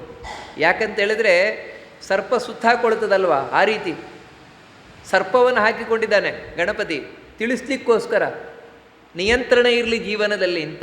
ವಿಶೇಷವಾಗಿ ಹೊಟ್ಟೆಗೆ ಸುತ್ತಕೊಂಡಿದ್ದಾನೆ, ಹೊಟ್ಟೆಯ ನಿಯಂತ್ರಣ ಇರಲಿ ಜೀವನದಲ್ಲಿ. ಯಾಕೆ ಅಂತ ಹೇಳಿದರೆ ಮನುಷ್ಯ ಹಾಳಾಗುವುದರಲ್ಲಿ ಬಹಳ ಮುಖ್ಯವಾದ ಪಾತ್ರ ವಹಿಸುವಂಥದ್ದು ಒಂದು ಮಾತು, ಮತ್ತೊಂದು ಈ ಹೊಟ್ಟೆ. ಎರಡು ಅಂದರೆ ಹೊಟ್ಟೆ ಅಂತ ಹೇಳಿದರೆ ಬಾಯಿ ರುಚಿ. ಅದನ್ನು ಭಾಗವತದಲ್ಲಿ ಬಹಳ ಸ್ಪಷ್ಟವಾಗಿ ಹೇಳ್ತಾರೆ, ಜಿತಂ ರಸೇ ಜಿತಂ ಸರ್ವಂ ಅಂತ. ಮನುಷ್ಯ ಬಾಯಿ ರುಚಿ ಒಂದು ಗೆದ್ದ ಅಂತ ಹೇಳಿದರೆ ಇಡೀ ಜಗತ್ತನ್ನೇ ಗೆದ್ದಾಗಿದೆ. ಎಲ್ಲದಕ್ಕೂ ಮೂಲ ಅದು ಬಾಯಿ ರುಚಿ ಅಂತ ಹೇಳಿದರೆ ಹೊಟ್ಟೆಯ ನಿಯಂತ್ರಣ ಬಹಳ ಮುಖ್ಯವಾಗಬೇಕು. ಅದನ್ನು ತಿಳಿಸ್ಲಿಕ್ಕೋಸ್ಕರ ಎನ್ನುವಂತೆ ಸರ್ಪವನ್ನು ತಾನು ಕಟ್ಕೊಂಡಿದ್ದಾನೆ. ಸರ್ಪವರ ಕಟಿಸೂತ್ರ, ವೈಕೃತ ಗಾತ್ರ. ವೈಕೃತ ಗಾತ್ರ ಅಂತ ಹೇಳಿದರೆ ಸಾಮಾನ್ಯವಾಗಿ ನಮ್ಮಲ್ಲಿ ಯಾವ ರೀತಿ ಬೇರೆ ದೇವತೆಗಳನ್ನು ನೋಡ್ತೇವೆ ಆ ರೀತಿ ಗಣಪತಿ ಅಲ್ಲ, ಡೊಳ್ಳು ಹೊಟ್ಟೆ. ಅಂದರೆ ಡೊಳ್ಳು ಹೊಟ್ಟೆ ಅಂತ ಹೇಳಿದರೆ ನಮ್ಮ ಹಾಗೆ ಅಲ್ಲ ಅಂತ ಹೇಳಿದರೆ ಅದು ಫ್ಯಾಟ್ ಹೆಚ್ಚಾಗಿ ಬಂದದ್ದಲ್ಲ, ಮತ್ತು ಜೋಲು ಬಿದ್ದ ಹೊಟ್ಟೆ, ಜೋಲು ಬಿದ್ದಿರುವ ಹೊಟ್ಟೆ ಗಣಪತಿಯದ್ದು. ಅದಕ್ಕೆ ಹೇಳ್ತಾರೆ ವೈಕೃತ ಗಾತ್ರ ಅಂತೇಳಿದರೆ ಜಗತ್ತಿನಲ್ಲಿ ನಿಜವಾಗ್ಲೂ ಥರ ವಿಕಾರ ಕಾಣುವಾಗಿ ಗಣಪತಿ ಕಾಣಿಸ್ತಾನೆ, ಆದರೆ ನಿಜವಾಗ್ಲೂ ವಿಕಾರ ಅಲ್ಲ ಗಣಪತಿಯದ್ದು. ಆದರೆ ಜಗತ್ತಿನಲ್ಲಿ ಹೊಟ್ಟೆ ದೊಡ್ಡದಿದ್ದರೆ ಅದೊಂದು ವಿಕಾರ. ಮತ್ತೇನು ಸಪೂರವಾದ ಹೊಟ್ಟೆ ಇರಬೇಕು, ನಾವು ಸಾಮಾನ್ಯವಾಗಿ ಬಯಸೋದು ಹಾಗೆ. ಮತ್ತು ಆನೆ ಮೋರೆ ಸರಿಯಲ್ಲ, ಮತ್ತು ಸುಂದರವಾದ ಮೋರೆ ಬೇಕು, ಇದೆಲ್ಲ ನಾವು ನೋಡ್ತೇವೆ. ಆದರೆ ಗಣಪತಿಗೆ ಆ ರೀತಿ ಇಲ್ಲ. ವೈಕೃತ ಗಾತ್ರ ಸುಚರಿತ್ರ, ಒಳ್ಳೆಯ ಚರಿತ್ರೆ ಉಳ್ಳವ, ಮಂಗಳಕರವಾದ ಚರಿತ್ರೆ ಉಳ್ಳವ ಗಣಪತಿ. ಅಂದರೆ ಮಂಗಳವಾದ ಚರಿತ್ರೆ ಅಂದರೆ ಗಣಪತಿಯ ಚರಿತ್ರೆಯಲ್ಲಿ ಎಲ್ಲೂ ನೀವು ಕೆಟ್ಟದ್ದು ಕಾಣಲಿಕ್ಕೆ ಸಾಧ್ಯ ಇಲ್ಲ. ಅವರನ್ನು ಹಾಳು ಮಾಡಿದ, ಇವರನ್ನು ಹಾಳು ಮಾಡಿದ, ಹಾಗೆ ಮಾಡಿದ, ಇಲ್ಲವೇ ಇಲ್ಲ. ಮತ್ತು ಎಲ್ರಿಗೂ ಒಳ್ಳೇದು ಮಾಡಿದ್ದೆ, ಕೆಟ್ಟವರಿಗೆ ಕೆಟ್ಟದ್ದು ಮಾಡಿದ್ದು, ಒಳ್ಳೆಯದವರಿಗೆ ಒಳ್ಳೆ ಮಾಡಿದ್ದು. ಗಣಪತಿ ಹೀಗೇನೆ, ಅದಕ್ಕೆ ಸುಚರಿತ್ರ. ಸ್ವರ್ಪಿತಾಂಕುಶ ಪಾಶಕರ ಖಳದರ್ಪ ಭಂಜನ. ಸ್ವರ್ಪಿತಾಂಕುಶ ಪಾಶಕರ, ತನ್ನ ಮೇಲಿನ ಎರಡು ಕೈಗಳಲ್ಲಿ ಅಂಕುಶ ಪಾಶ ಹಿಡ್ಕೊಂಡಿದ್ದಾನೆ. ಯಾಕೆ ಅಂತ ಹೇಳಿದ್ರೆ ಖಳದರ್ಪ ಭಂಜನ, ಸ್ಪಷ್ಟವಾಗಿ ಹೇಳ್ತಾರೆ, ದುಷ್ಟರ ಅಹಂಕಾರವನ್ನು ತೆಗಿಲಿಕ್ಕೋಸ್ಕರವೇ ಹಿಡ್ಕೊಂಡಿರೋದು ಅದನ್ನು, ಎರಡು ಆಯುಧಗಳನ್ನು. ನಾವು ನಿನ್ನೆ ನೋಡಿದ್ವು ಅದನ್ನು. ಕರ್ಮ ಸಾಕ್ಷಿಗ, ಇದು ಬಹಳ ಮುಖ್ಯ. ನಾವು ಮಾಡ್ತಾ ಇರುವಂತಹ ಎಲ್ಲ ಕರ್ಮಗಳನ್ನು ವೀಕ್ಷಿಸ್ತಾ ಇರ್ತಾನಂತೆ ಗಣಪತಿ. ಅಷ್ಟು ಮಾತ್ರ ಅಲ್ಲ, ಯಮಲೋಕದಲ್ಲಿ ಸಾಕ್ಷಿ ಹೇಳಲಿಕ್ಕೆ ಬರ್ತಾನೆ ಗಣಪತಿ. ಏನ್ರಿ ಯಮಲೋಕದಲ್ಲಿ ಯಾಕೆ ಸಾಕ್ಷಿ ಹೇಳಲಿಕ್ಕೆ ಬರ್ತಾನೆ? ಇದು ಗರುಡ ಪುರಾಣದಲ್ಲಿ ಬರ್ತದೆ. ನಾವು ಇಲ್ಲಿಂದ ಹೊರಡ್ತೇವೆ ಅಂದರೆ ನಾವು ಅಂತ ಹೇಳಿದರೆ ಪಾಪ ಪುಣ್ಯ ಮಾಡಿದವರು, ಬರೀ ಪುಣ್ಯಾತ್ಮರ ಕಥೆ ಬೇರೆ, ಬರೀ ಪಾಪಿಗಳ ಕಥೆ ಬೇರೆ. ನಾವು ಪಾಪ ಪುಣ್ಯ ಎರಡೂ ಮಾಡಿದವರು ಇಲ್ಲಿಂದ ಹೊರಟು 1 ವರ್ಷಗಳ ಕಾಲ ಯಮ ಮಾರ್ಗದಲ್ಲಿ ಹೋಗ್ತೇವೆ. ಆಮೇಲೆ 1 ವರ್ಷ ಕಳೀತಾ ಇದ್ದಾಗೆ ಯಮನ ಪಟ್ಟಣ ಹತ್ತಿರ ಆಗುತ್ತೆ.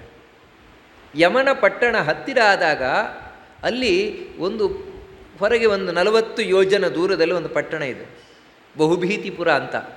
ಅಲ್ಲಿ ಬರ್ತಾ ಇದ್ದಾಗೇ ಆ ನರಕದಲ್ಲಿ ಶಿಕ್ಷೆಯನ್ನು ಕೊಡ್ತಾ ಆ ನರಕದ ಯಾತನೆಯನ್ನು ಅನುಭವಿಸ್ಲಿಕ್ಕಾಗದೆ ಆ ಪಾಪಿಗಳಲ್ಲಿ ಏನು ಬೊಬ್ಬೆ ಹೊಡಿತಾ ಇದ್ದಾರೆ ಅಯ್ಯೋ ಅಂತ ಅದು ಇಲ್ಲಿವರೆಗೆ ಕೇಳಿಸ್ತಂತೆ.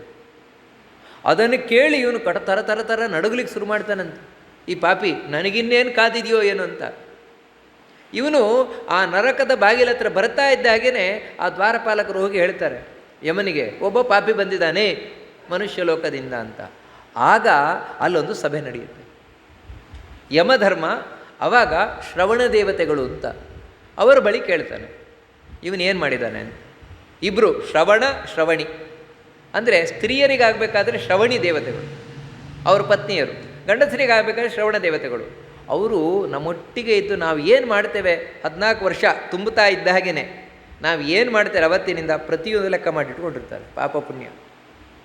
ಅವರು ಯಮನ ಮುಂದೆ ಓದ್ತಾರಂತೆ, ಇವನು ಇಷ್ಟು ಮಾಡಿದ್ದಾನೆ, ಏನು ಪಾಪವೇ, ಪುಣ್ಯ ಕಡಿಮೆನೇ, ಪಾಪವೇ ಎಲ್ಲ ಹೇಳ್ಕೊಂಡು ಬರ್ತಾರಂತೆ ಇವರೆಲ್ಲ ಹೇಳಿದ ಮೇಲೆ ಯಮ ಹಾಗೆ ಬಿಡೋಲ್ಲ, ಸಾಕ್ಷಿ ಕೇಳ್ತಾನಂತೆ. ಚಿತ್ರಗುಪ್ತರು ಇರ್ತಾರಲ್ಲಿ, ಚಿತ್ರಗುಪ್ತರ ಹತ್ರ ಕೇಳ್ತಾನೆ, ಹೌದಾ ಇವನು ಮಾಡಿದ ಹೌದಾ ಅಂತ. ಅಷ್ಟು ಮಾತ್ರ ಅಲ್ಲ, ಆವಾಗ ಸಾಕ್ಷಿಯಾಗಿ, ಯಾಕಂದರೆ ಇದಕ್ಕೆ ಸಾಕ್ಷಿ ಬೇಕಲ್ವ, ಪಂಚಭೂತಗಳು ಸೂರ್ಯ ಚಂದ್ರ ಇವರನ್ನೆಲ್ಲ ಕೇಳ್ತಾನಂತೆ. ಆ ಪಂಚಭೂತಗಳಲ್ಲಿ ಮೊದಲಿರುವುದೇ ಆಕಾಶ. ಆ ಆಕಾಶದ ಅಭಿಮಾನಿಯೇ ಗಣಪತಿ. ಅಂದರೆ ಪಂಚಭೂತಗಳು ಅಂದರೆ ಈ ಆಕಾಶ ತಾನೇ ಬಂದು ಹೇಳೋಲ್ಲ, ಮತ್ತು ಆಕಾಶದ ಅಭಿಮಾನಿ ದೇವತೆ ಗಣಪತಿ. ಅವನ ಹತ್ರ ಕೇಳ್ತಾನೆ, ಹೌದಾ ಈ ಪಾಪ ಮಾಡಿದ್ದು ಹೌದಾ ಇವನು ಅಂತ, ಇಷ್ಟೆಲ್ಲ ಪಾಪ ಮಾಡಿದ್ದು ಹೌದಾ? ಹೌದು. ಹಾಗೆ ಈ ಆಕಾಶ, ವಾಯು, ನೀರು, ಬೆಂಕಿ, ಮಣ್ಣು ಎಲ್ಲ ದೇವತೆಗಳನ್ನು, ಸೂರ್ಯ ಚಂದ್ರರನ್ನು, ಹಗಲು ಈ ರಾತ್ರಿಯ ದೇವತೆಗಳನ್ನು, ಸಂಧ್ಯಾ ದೇವತೆಗಳನ್ನು ಇವರನ್ನೆಲ್ಲ ಕೇಳ್ತಾರೆ. ಇವರೆಲ್ಲ ಹೌದು ಅಂತ ಹೇಳಿದರೆ ಆಮೇಲೆ ಕರ್ಕೊಂಬರಿ ಆ ಪಾಪಿಯನ್ನು ಅಂತ ಹೇಳ್ತಾರೆ ಯಮಧರ್ಮ. ಒಳಗೆ ಬಂದಾಗಲೇ ಯಮಧರ್ಮ ತನ್ನ ರೂಪವನ್ನು ತೋರಿಸುವುದೇ ಭಯಂಕರ. ಎಷ್ಟು ಅಂತ ಹೇಳಿದ್ರೆ ಕೆಲವು ಯೋಜನದಷ್ಟು ಹರಡಿಕೊಂಡಿರುವ ಕಪ್ಪಗಿರುವ ರೂಪ, ಕರ್ರಗಿರುವ ರೂಪ, ಕೆಂಪು ಕಣ್ಣು, 32 ಕೈಗಳು, ಅದರಲ್ಲಿ ನಾನಾ ಆಯುಧಗಳು. ಅದನ್ನು ನೋಡಿಯೇ ಆ ಪಾಪಿ ಥರ ನಡುಗುತ್ತಾನೆ. ಆಗ ಸಾಕ್ಷಿ ಹೇಳಲಿಕ್ಕೆ ವಿಘ್ನೇಶ್ವರ ಬರ್ತಾರೆ, ಗಣಪತಿ. ಅದಕ್ಕೆ ಕರ್ಮ ಸಾಕ್ಷಿಗ ಅಂತ ಹೇಳ್ತಾರೆ. ನಮ್ಮ ಕರ್ಮವನ್ನು ಸಾಕ್ಷಾತ್ತಾಗಿ ನೋಡ್ತಾ ಇರುವ ಗಣಪತಿ. ತರ್ಪಕನು ನೀನಾಗಿ ತೃಪ್ತಿಯ ಪಡಿಸು ಸಜ್ಜನರ ಅಂತ ಗಣಪತಿ. ನಿನ್ನ ಬಳಿ ಬರೀ ನನಗೋಸ್ಕರ ಪ್ರಾರ್ಥನೆ ಮಾಡಿಕೊಂಡ್ರೆ ನಾನು ದುಷ್ಟ ಆಗಿಬಿಡ್ತೇನೆ. ನೋಡಿ, ಯಾವತ್ತು ಈ ಸ್ವಾರ್ಥಿಗಳಾಗಿರುವಂಥದ್ದು ದುಷ್ಟರ ಲಕ್ಷಣ. ನಾನು ಮಾತ್ರ ಬದುಕಿದರೆ ಸಾಕು, ನಾನು ಮಾತ್ರ ಇದ್ದರೆ ಸಾಕು, ನಾನು ಮಾತ್ರ ಚೆನ್ನಾಗಿದ್ದರೆ ಸಾಕು, ಇಡೀ ಜಗತ್ತು ಹಾಳಾಗೋಗಲಿ, ನನಗೇನಾಗಬೇಕಾಗಿದೆ. ಹಾಗಿರಬಾರ್ದು. ಮತ್ತು ಎಲ್ರಿಗೂ ಒಳ್ಳೆಯದಾಗಲಿ. ಸರ್ವೇ ಜನಾ ಸುಖಿನೋ ಭವಂತು ಸಮಸ್ತ ಸನ್ಮಂಗಲಾನಿ ಭವಂತು. ಎಲ್ರಿಗೂ ಒಳ್ಳೆಯದಾಗಲಿ ಅಂತ ಹೇಳಿದ್ರೆ ಏನರ್ಥ ನೋಡಿ, ಇಲ್ಲೂ ಅಂತಿದೆ ಎಲ್ರಿಗೂ ಒಳ್ಳೆಯದಾಗಲಿ ಅಂತ ಹೇಳಿದ್ರೆ ಅದು ಸಾಧ್ಯವೇ ಇಲ್ಲ.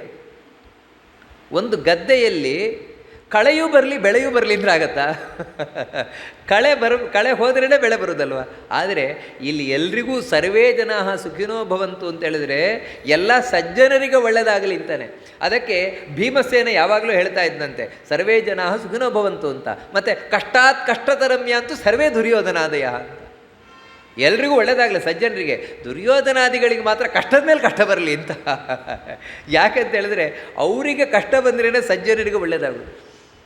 ಹಾಗೆ ಅಲ್ವಾ? ನೋಡಿ, ಇವತ್ತು ಭಯೋತ್ಪಾದಕರಿಗೆ ಕಷ್ಟ ಬಂತು ಅಂತ ಹೇಳಿದ್ರೆ ನಮಗೆ ನೆಮ್ಮದಿ, ಭಯೋತ್ಪಾದಕರಿಗೆ ಒಳ್ಳೆಯದಾಗ್ತಾ ಇದೆ ಅಂದರೆ ನಮಗೆ ಕಷ್ಟ ಆಗ್ತಾ ಇದೆ ಅಂತ ಅರ್ಥ. ಅದಕ್ಕೆ ಯಾರು ದುಷ್ಟರಿದ್ದಾರೆ ಅವರಿಗಲ್ಲ, ಮತ್ತು ಸಜ್ಜನರಿದ್ದಾರಲ್ವ ಅವ್ರಿಗೆ ಒಳ್ಳೆಯದಾಗಲಿ. ಗಣಪತಿ ಹೇಗೆ ಅಂತ ಹೇಳಿದ್ರೆ ತರ್ಪಕನು ನೀನಾಗಿ. ತರ್ಪಕ ಅಂದರೆ ತೃಪ್ತಿಪಡಿಸಬೇಕು ಅವನಿಗೆ.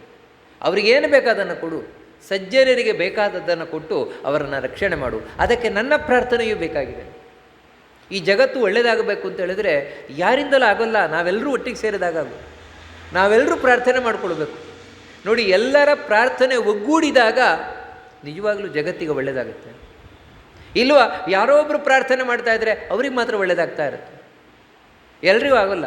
ಈ ಕಾರಣದಿಂದಾಗಿಯೇ ನಾವು ಏನೇ ಒಂದು ಒಳ್ಳೆ ಕಾರ್ಯಕ್ರಮ ಮಾಡಿದ್ರ ಕಡೆಗೆ ಸ್ವಸ್ತಿ ಪ್ರಜಾಭ್ಯ ಪರಿಪಾಲಯಂತಾಂ ನ್ಯಾಯೇನ ಮಾರ್ಗೇಣ ಮಹಿಂ ಮಹಿಷಾಃ ಗೋಬ್ರಾಹ್ಮಣೇಭ್ಯ ಶುಭಮತ್ತ ನಿತ್ಯಂ ಲೋಕಾ ಸಮಸ್ತಾ ಸುಖಿನೋ ಭವಂತು ಅಂತ ಪ್ರಾರ್ಥನೆ ಮಾಡುವುದು ಈ ಕಾರಣದಿಂದಲೇ.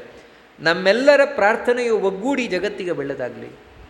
ಯಾಕಂದರೆ ಈ ಜಗತ್ತಲ್ಲಿ ನಾವು ಆಶ್ರಯ ಪಡೆದಿರೋದಲ್ವ. ಈ ಜಗತ್ತು ನಮ್ಮ ಮುಂದಿನ ಪೀಳಿಗೆಗೆ ಬೇಕು, ಪೀಳಿಗೆಯಿಂದ ಮುಂದುವರಿಬೇಕಿದು. ಅದಕ್ಕೋಸ್ಕರ ಅದಕ್ಕೆ ಆ ಗಣಪತಿ ಬಳಿ ಪ್ರಾರ್ಥನೆ ಮಾಡುವುದು, ನೀನು ಸಜ್ಜನರನ್ನು ಕಾಪಾಡಬೇಕಪ್ಪ. ಯಾಕೆಂದರೆ ಅವರಿಗೆ ಬೇಕಾಗಿದ್ದನ್ನು ತಂದುಕೊಟ್ಟು, ನನಗೊಬ್ಬನಿಗೆ ನಾನು ಕೇಳ್ತಾ ಇರೋದಲ್ಲ, ಎಲ್ರಿಗೂ ಸಿಗಲಿ. ಎಲ್ರಿಗೂ ಸಿಕ್ಕಿದ್ರೂ ನಮಗೆ ಸಿಕ್ಕಿದಾಗ ಸಂತೋಷ. ಯಾವತ್ತೂ ನಾನೊಬ್ಬನೇ ಯಾವುದನ್ನು ಅನುಭವಿಸೋದು ಖುಷಿಯಾಗೋಲ್ಲ. ನಾನೊಬ್ಬನೇ ಬಾಗಿಲು ಹಾಕ್ಕೊಂಡು ಒಂದು ಹಣ್ಣು ತಿಂತಾ ಇರ್ತೇನೆ ಅಂತ ತಿಳ್ಕೊಳ್ಳಿ, ಅದೊಂದು ಖುಷಿ. ಅದೇ ಹಣ್ಣನ್ನು ಬಾಗಿಲು ತೆಗೆದು 10 ಜನರು ಒಳ್ಳೆಯವ್ರಿಗೆ ಕೊಟ್ಟೆ, ಒಂದೊಂದೇ ಪೀಸು, ನನಗೂ ಸಿಕ್ಕಿದ್ದು ಒಂದೇ ಪೀಸು.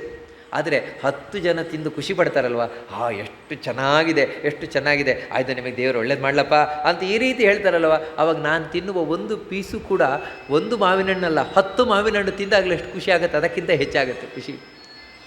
ಯಾಕಂದರೆ ಅದೇ 10 ಜನರಿಗೆ ನಾವು ಒಳ್ಳೆಯದನ್ನು ಬಯಸಬೇಕು.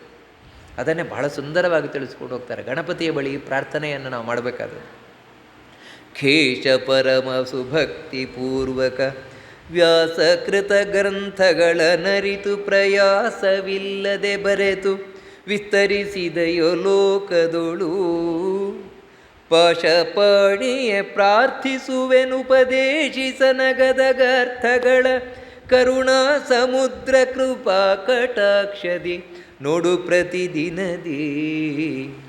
ಇನ್ನೊಂದು ಗಣಪತಿ ಮಾಡಿದ ಮಹಾನ್ ಕೆಲಸ ನಮಗೆ ಗೊತ್ತೇ ಇಲ್ಲ, ಗೊತ್ತಿದ್ರೂ ಅದು ಎದರಲ್ಲಿಲ್ಲ. ಯಾವುದು ಅಂತೇಳಿದರೆ ಖೇಶ.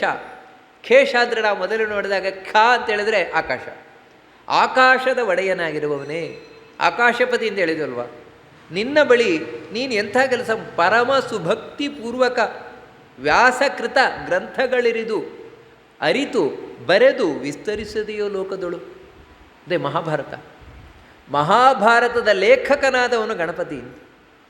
ವ್ಯಾಸಕೃತ ಗ್ರಂಥಗಳು, ವೇದವ್ಯಾಸರಿಂದ ರಚಿಸಲ್ಪಟ್ಟ ಮಹಾಭಾರತ ಗ್ರಂಥಗಳು ಅಂತೇಳಿದರೆ ಮಹಾಭಾರತ ಒಂದೇ ಅಲ್ವಾ ಅಂತೇಳಿದರೆ, ಗ್ರಂಥ ಅಂದರೆ 32 ಅಕ್ಷರದ ಒಂದೊಂದು ಶ್ಲೋಕ ಅಂತ 1,00,000 ಶ್ಲೋಕಗಳು ಅದರಿಂದ ಕೂಡಿರುವಂಥದ್ದು ಮಹಾಭಾರತ. ಅಂತಹ ಮಹಾಭಾರತ ಗ್ರಂಥವನ್ನು ಬರೆದವನು ನೀನು, ರಚಿಸಿದವರು ವೇದವ್ಯಾಸರು.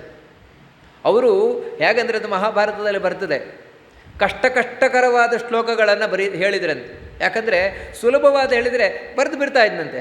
ಮುಂದೆ ಹೇಳಿ ಗಣಪತಿ ಬಹಳ ಚುರುಕು. ಅದಕ್ಕೋಸ್ಕರ ಕಷ್ಟಕರವಾದ ಶ್ಲೋಕಗಳನ್ನು ಸ್ವಲ್ಪ ಗಣಪತಿ ಯೋಚನೆ ಮಾಡಬೇಕಾಯ್ತು, ಅರ್ಥ ಮಾಡ್ಕೊಂಡು ಬರೀಬೇಕಲ್ವ, ಸುಮ್ಮನೆ ಹಾಗೆ ಬರಿಬಾರ್ದಲ್ವ. ನೋಡಿ, ಅದಕ್ಕೋಸ್ಕರ ಆ ಮಹಾಭಾರತದಲ್ಲಿರುವ ಶ್ಲೋಕಗಳು ಬಹಳ ಕಠಿಣವಾದದ್ದು. ಕೆಲವು ಮಾತ್ರ ನಮಗೆ ಅರ್ಥ ಆಗುವಂಥದ್ದು, ಎಲ್ಲ ಅರ್ಥ ಆಗುವಂಥದ್ದಲ್ಲ ಅಂತ ಹೇಳ್ತಾರೆ. ಯಾಕಂದರೆ ಗಣಪತಿ ಅರ್ಥ ಮಾಡ್ಕೊಂಡು ಬರೀಲಿ. ಹೀಗೆ ಆ ವ್ಯಾಸಕೃತ ಗ್ರಂಥಗಳನ್ನು ಅರಿತು, ಅದಕ್ಕೆ ಹೇಳಿದ್ದು, ಅದನ್ನು ತಿಳಿದುಕೊಂಡು ಅರ್ಥ ಮಾಡಿಕೊಂಡು ಬರೆದೆ ನೀನು. ಅದನ್ನು ಬರೆದದ್ದು ಮಾತ್ರ ಅಲ್ಲ, ವಿಸ್ತರಿಸಿದೆಯೋ ಲೋಕದಲ್ಲಿ. ಆ ಮಹಾಭಾರತ ಜಗತ್ತಿನಲ್ಲಿ ತಾನು ಎಲ್ಲ ಕಡೆ ಪಸರಿಸುವಂತೆ ಮಾಡಿದವನು ನೀನೇ. ಯಾಕಂತೇಳಿದರೆ ಮೊದಲು ವಿಘ್ನ ಪರಿಹಾರ ಆಗಬೇಕಲ್ವ. ನೋಡಿ, ಈ ಕಾರಣದಿಂದಲೇ ನಾವು ಏನೇ ಒಂದು ಕಾರ್ಯಕ್ರಮ ಮಾಡಬೇಕಾದ್ರೂ ಮೊದಲು ಮಂಗಳಾಚರಣೆ ಅಂತ ಮಾಡ್ತೇವೆ. ಒಂದು ಗ್ರಂಥ ಬರೀಬೇಕಾದ್ರೂ ಕೊಡು ಮಂಗಳಾಚರಣೆ ಅಂತ. ಮಂಗಳಾಚರಣೆ ಅಂದರೆ ದೇವರ ಪ್ರಾರ್ಥನೆ. ಯಾಕಂತೇಳಿದರೆ ವಿನಾಶಾರ್ಥಂ, ವಿಘ್ನ ಪರಿಹಾರ ಆಗಬೇಕು ಅಂತಾನೆ. ಮಹಾಭಾರತ ವೇದವ್ಯಾಸರ ಗ್ರಂಥ ರಚನೆ ಮಾಡಿದರು, ವಿಘ್ನ ಇದ್ದರೆ ಆಗ್ತಾ ಇರಲಿಲ್ಲ. ಅದಕ್ಕೆ ಆ ವಿಘ್ನವನ್ನು ಪರಿಹಾರ ಮಾಡಿ ಎಲ್ಲ ಕಡೆ ಮಹಾಭಾರತ ಪಸರಿಸುವಂತೆ ಮಾಡಿದವನು ನೀನು ಗಣಪತಿ. ನಿನ್ನ ಬಳಿ ನಂದೊಂದು ಪ್ರಾರ್ಥನೆ ಇದೆಯಪ್ಪ.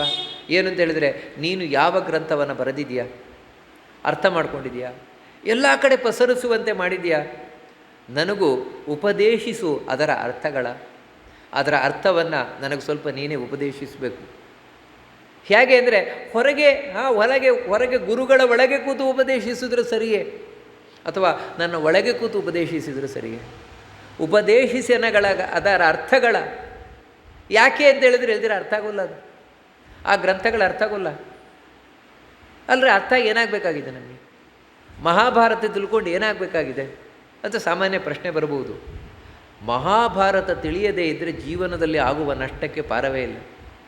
ಯಾಕೆ ಅಂತ ಹೇಳಿದ್ರೆ, ವೇದವ್ಯಾಸರು ಮಹಾಭಾರತವನ್ನು ಯಾಕೋಸ್ಕರ ರಚನೆ ಮಾಡಿದ್ದಾರೆ ಅಂತ ಹೇಳಿದರೆ, ಯಾರಿಗೆ ವೇದ ಅರ್ಥ ಆಗೋಲ್ಲ, ಉಳಿದದ್ದು ಯಾರಿಗೆ ಅರ್ಥ ಆಗೋಲ್ಲ. ಸ್ತ್ರೀ ಶೂದ್ರ ಬ್ರಹ್ಮ ಬಂಧೂನಾಂ ತ್ರಯೀನ ಶ್ರುತಿಗೋಚರ ಇತಿ ಭಾರತ ಮಾಖ್ಯಾನಂ ಕೃಪಯಾ ಮನಿನಾ ಕೃತಂ. ವೇದ ಮುಂತಾದವುಗಳೆಲ್ಲ ಅರ್ಥ ಆಗೋಲ್ಲ. ಪಾಪ ಸ್ತ್ರೀಯರೇನು ಮಾಡಬೇಕು? ದೇವರ ಬಗ್ಗೆ ಹೇಗೆ ಅರ್ಥ ಮಾಡ್ಕೊಳ್ಬೇಕು? ಅದೇ ರೀತಿ ಯಾರಿಗೆ ಸಂಸ್ಕೃತ ಗೊತ್ತಿಲ್ಲ ಅವರೆಲ್ಲ ಏನು ಮಾಡಬೇಕು? ಅವರಿಗೂ ದೇವರ ಬಗ್ಗೆ ಗೊತ್ತಾಗಬೇಕು, ಅವರು ಉದ್ಧಾರ ಆಗಬೇಕು. ಅದಕ್ಕೋಸ್ಕರವೇ ಮಹಾಭಾರತವನ್ನು ರಚನೆ ಮಾಡಿದರು. ಮಹಾಭಾರತ ಅನ್ನೋದು ಪಂಚಮ ವೇದ, ವೇದಕ್ಕೆ ಸರಿಸಾಟಿಯಾದ ಗ್ರಂಥ. ಅದು ಎಲ್ಲಿವರೆಗೆ ಅಂತ ಹೇಳಿದರೆ ವೇದಾದಪ್ಯುತ್ತಮಂ ಚಕ್ರೇ ಅಂತ ಹೇಳ್ತಾರೆ. ಪಂಚಮಂ ವೇದಮುತ್ತಮಂ ಅಂತ. ವೇದಕ್ಕಿಂತಲೂ ಹೆಚ್ಚಾಗಿ ಆಗಬೇಕು ಅಂತ ಮಾಡಿದ್ರಂತೆ. ಅಂದರೆ ವೇದಕ್ಕಿಂತ ಉತ್ತಮ ಹೇಗಂದರೆ ಮಹಾಭಾರತದಲ್ಲಿರುವ ಕೆಲವು ಶ್ಲೋಕಗಳಿಗೆ ಚತುರ್ಮುಖ ಬ್ರಹ್ಮದೇವರಿಗೆ ಅರ್ಥ ಆಗೋಲ್ಲ, ಮತ್ತು ಕೇವಲ ದೇವರಿಗೆ ಮಾತ್ರ, ವೇದವ್ಯಾಸರಿಗೆ ಮಾತ್ರ ಅರ್ಥ ಆಗ್ತದಂತೆ. ಆ ರೀತಿ ಇರುವಂತಹ ಗ್ರಂಥ ಯದಿಹಾಸ್ತಿ ತದನ್ಯತ್ರ ಎನ್ನೇ ಹಾಸ್ತಿ ನಚ ಕ್ವಚಿತ್. ಮಹಾಭಾರತದಲ್ಲಿಲ್ಲದ ಒಂದು ವಿಷಯವೇ ಇಲ್ಲ. ಸಮಗ್ರ ನಮ್ಮ ಜೀವನದ ಉದ್ಧಾರಕ್ಕೆ ಅಥವಾ ಇಲ್ಲಿ ಸುಖ ಸಮೃದ್ಧಿಗೆ ಏನು ಬೇಕು ಎಲ್ಲ ತುಂಬಿಸಿಟ್ಟಿದ್ದಾರೆ ಅದರಲ್ಲಿ. ಮಹಾಭಾರತದಲ್ಲಿ ಏನು ಬೇಡ. ಮಹಾಭಾರತದ ಸಾರಭೂತವಾದದ್ದೇ ಭಗವದ್ಗೀತೆ, ವಿಷ್ಣು ಸಹಸ್ರನಾಮ. ನೋಡಿ, ಇದೆರಡೂ ಕೂಡ ವಿಷ್ಣು ಸಹಸ್ರನಾಮ, ಭಗವದ್ಗೀತೆ, ಮಹಾಭಾರತದ ಸಾರ ಅದು. ಆ ಭಗವದ್ಗೀತೆಯನ್ನೇ ನಾವು ಕೇಳಿ ಎಷ್ಟು ಖುಷಿ ಪಡ್ತೇವೆ. ಎಷ್ಟು ಜನರ ಜೀವನವನ್ನು ಬದಲಾವಣೆ ಮಾಡಿದೆ ಭಗವದ್ಗೀತೆ ಅನ್ನುವಂಥದ್ದು. ಇನ್ನು ಅದು ಒಂದು ಬರೀ ತುಣುಕಷ್ಟೇ, ಇಡೀ ಮಹಾಭಾರತ ಆಗಿರಲಿಕ್ಕಿಲ್ಲ, ಅರ್ಥ ಆಗಬೇಕಷ್ಟೇ. ಮಹಾಭಾರತ ಅರ್ಥ ಆಯಿತು ಅಂದರೆ ನಮ್ಮ ಜೀವನವೇ ಬೇರೆ ಆಗಿಬಿಡ್ತದೆ. ಆದರೆ ಅರ್ಥ ಮಾಡಿಸುವವನು ನೀನು ಗಣಪತಿ, ಮಾಡಿಸ್ಬೇಕು ನೀನು, ಹೇಳಿದರೆ ಅರ್ಥ ಆಗೋಲ್ಲ. ಅದಕ್ಕೆ ಉಪದೇಶಿಸು ಅದರ ಅರ್ಥಗಳ ಕೃಪಾ ಕಟಾಕ್ಷದಿ ನೋಡು ಪ್ರತಿದಿನದಿ ಅಂತ ಹೇಳ್ತಾರೆ. ಕರುಣಾ ಸಮುದ್ರ, ಮತ್ತೆ ಕರುಣಾ ಸಮುದ್ರ ಅಂತ ನೋಡಿ, ಎಷ್ಟು ಪ್ರತಿಯೊಂದು ಪದ್ಯದಲ್ಲಿ ನೋಡ್ತೇವೆ ಕರುಣಿ, ಕರುಣಾ ಸಮುದ್ರ. ಯಾಕಂದರೆ ಗಣಪತಿಯಲ್ಲಿರುವ ದೊಡ್ಡ ಗುಣ ಅದು, ಇಲ್ದಿದ್ರೆ ಬೇಗ ಅನುಗ್ರಹ ಮಾಡೋಲ್ಲ. ಅಂಥ ಕರುಣೆಯಿಂದ ಕೂಡಿದವನು ನೀನು, ಬೇಗ ಕರಗುವಂಥವನು ನೀನು. ನಾವು ಸ್ವಲ್ಪ ಪ್ರಾರ್ಥನೆ ಭಕ್ತಿಯಿಂದ ಮಾಡಿದ್ರೇ ಅನುಗ್ರಹ ಮಾಡುವವನು. ಉಳಿದ ದೇವತೆಗಳಾದರೆ ಸ್ವಲ್ಪ ಪರೀಕ್ಷೆ ಮಾಡ್ತಾರೆ, ನೋಡೋಣ ನೋಡೋಣ ನೋಡೋಣ ಅಂತ. ಮನಸ್ಸು ಎಷ್ಟು ಗಟ್ಟಿ ಇದೆ ನೋಡೋಣ, ಮನಸ್ಸು ಎಷ್ಟು ಗಟ್ಟಿ ಇದೆ ನೋಡೋಣ ಅಂತ. ಗಣಪತಿ ಹಾಗಲ್ಲ. ಗಣಪತಿಗೆ ಸ್ವಲ್ಪ ಪ್ರಾರ್ಥನೆ ಮಾಡಿದರೂ ಕೂಡ ಕರಗಿ ಅನುಗ್ರಹ ಮಾಡಿಬಿಡ್ತಾನೆ. ಅದಕ್ಕೋಸ್ಕರ ಕರುಣಾ ಸಮುದ್ರ, ಕೃಪಾ ಕಟಾಕ್ಷದಿ ನೋಡು ಪ್ರತಿದಿನದಿ. ನಮ್ಮನ್ನು ನೀನು ಪ್ರತಿದಿನವೂ ನೋಡಬೇಕು. ಹೇಗೆಂದರೆ ಕೃಪಾ ಕಟಾಕ್ಷದಿ ಅಂದರೆ ಕೃಪೆಯಿಂದ ಕೂಡಿ, ಅಯ್ಯೋ ನಾನು ಇವನನ್ನು ಉದ್ಧಾರ ಮಾಡಬೇಕು, ಆ ದೃಷ್ಟಿಯಿಂದ ನನ್ನನ್ನು ನೋಡು. ಯಾವ ರೀತಿ ತಾಯಿ ಮಗುವನ್ನು ನೋಡುತ್ತದೆ ಆ ರೀತಿ ನನ್ನನ್ನು ನೋಡಬೇಕು. ಆ ರೀತಿ ನೀನು ನನ್ನ ನೋಡ್ತಾ ಇದೆಯಾ ಅಂತೇಳಿದರೆ ನನಗೆ ಯಾವತ್ತೂ ಕೆಡಕಾಗೋಲ್ಲ. ಮತ್ತು ನನಗೆ ಜೀವನದಲ್ಲಿ ದೇವರ ಜ್ಞಾನ ಬರ್ತಾ ಇರ್ತದೆ, ದೇವರಲ್ಲಿ ಭಕ್ತಿ ಬರ್ತಾ ಇರ್ತದೆ. ಭಕ್ತಿ ಬಂದರೆ ಏನಾಗುತ್ತೆ? ಭಕ್ತಿಯೇ ಶಕ್ತಿ. ಜೀವನದಲ್ಲಿ ಭಗವಂತನಲ್ಲಿ ಭಕ್ತಿ ಬಂತು ಅಂತೇಳಿದರೆ ಅವನಿಗೆ ಮತ್ತೆ ಸೋಲನ್ನುವುದೇ ಇಲ್ಲ. ನ ವಾಸುದೇವ ಭಕ್ತಾನಾಂ ಅಶುಭಂ ವಿದ್ಯತೆ ಕ್ವಚಿತ್. ಕೆಟ್ಟದಾಗುವುದು ಅಂತ ಇಲ್ವೇ ಇಲ್ಲ. ಭಕ್ತಿಯೇ ಶಕ್ತಿ. ಇದೇ ನಮಗೆ ತಿಳಿಸಿದ್ದು ಮಹಾಭಾರತ, ರಾಮಾಯಣ, ಭಗವದ್ಗೀತೆ, ಭಾಗವತ ಎಲ್ಲ ಅದನ್ನು ತಿಳಿಸಿತು. ಇಡೀ ರಾಮಾಯಣದಲ್ಲಿ ಮನುಷ್ಯರ ಕಥೆ ಹೋಗಲಿ, ಕಪಿಗಳು ರಾಮನಲ್ಲಿ ಭಕ್ತಿ ಮಾಡಿದು. ಅದರಿಂದಾಗಿ ನೋಡಿ, ಆ ಕಾರಣದಿಂದಾಗಿ ಆ ಭಕ್ತಿಗೆ ಎಷ್ಟು ಶಕ್ತಿ ಇದೆ ಅಂತೇಳಿದರೆ, ಇಡೀ ರಾಮಾಯಣ ಯುದ್ಧ ಮುಗಿಬೇಕಾದರೆ ಎಷ್ಟು ವಾನರರು ಸತ್ತಿರ್ಬೋದು, ಒಬ್ಬನು ಸಾಯಲಿಲ್ಲ. ಆಶ್ಚರ್ಯನೇ, ಒಬ್ಬ ವಾನರರು ಸಾಯಲಿಲ್ಲ. ರಾಕ್ಷಸರು ಸಂಪೂರ್ಣ ನಾಶ, ಲೆಕ್ಕ ಇಲ್ಲದಷ್ಟು ರಾಕ್ಷಸರಿದ್ದರು, ಎಲ್ಲ ಸಂಪೂರ್ಣ ನಾಶ.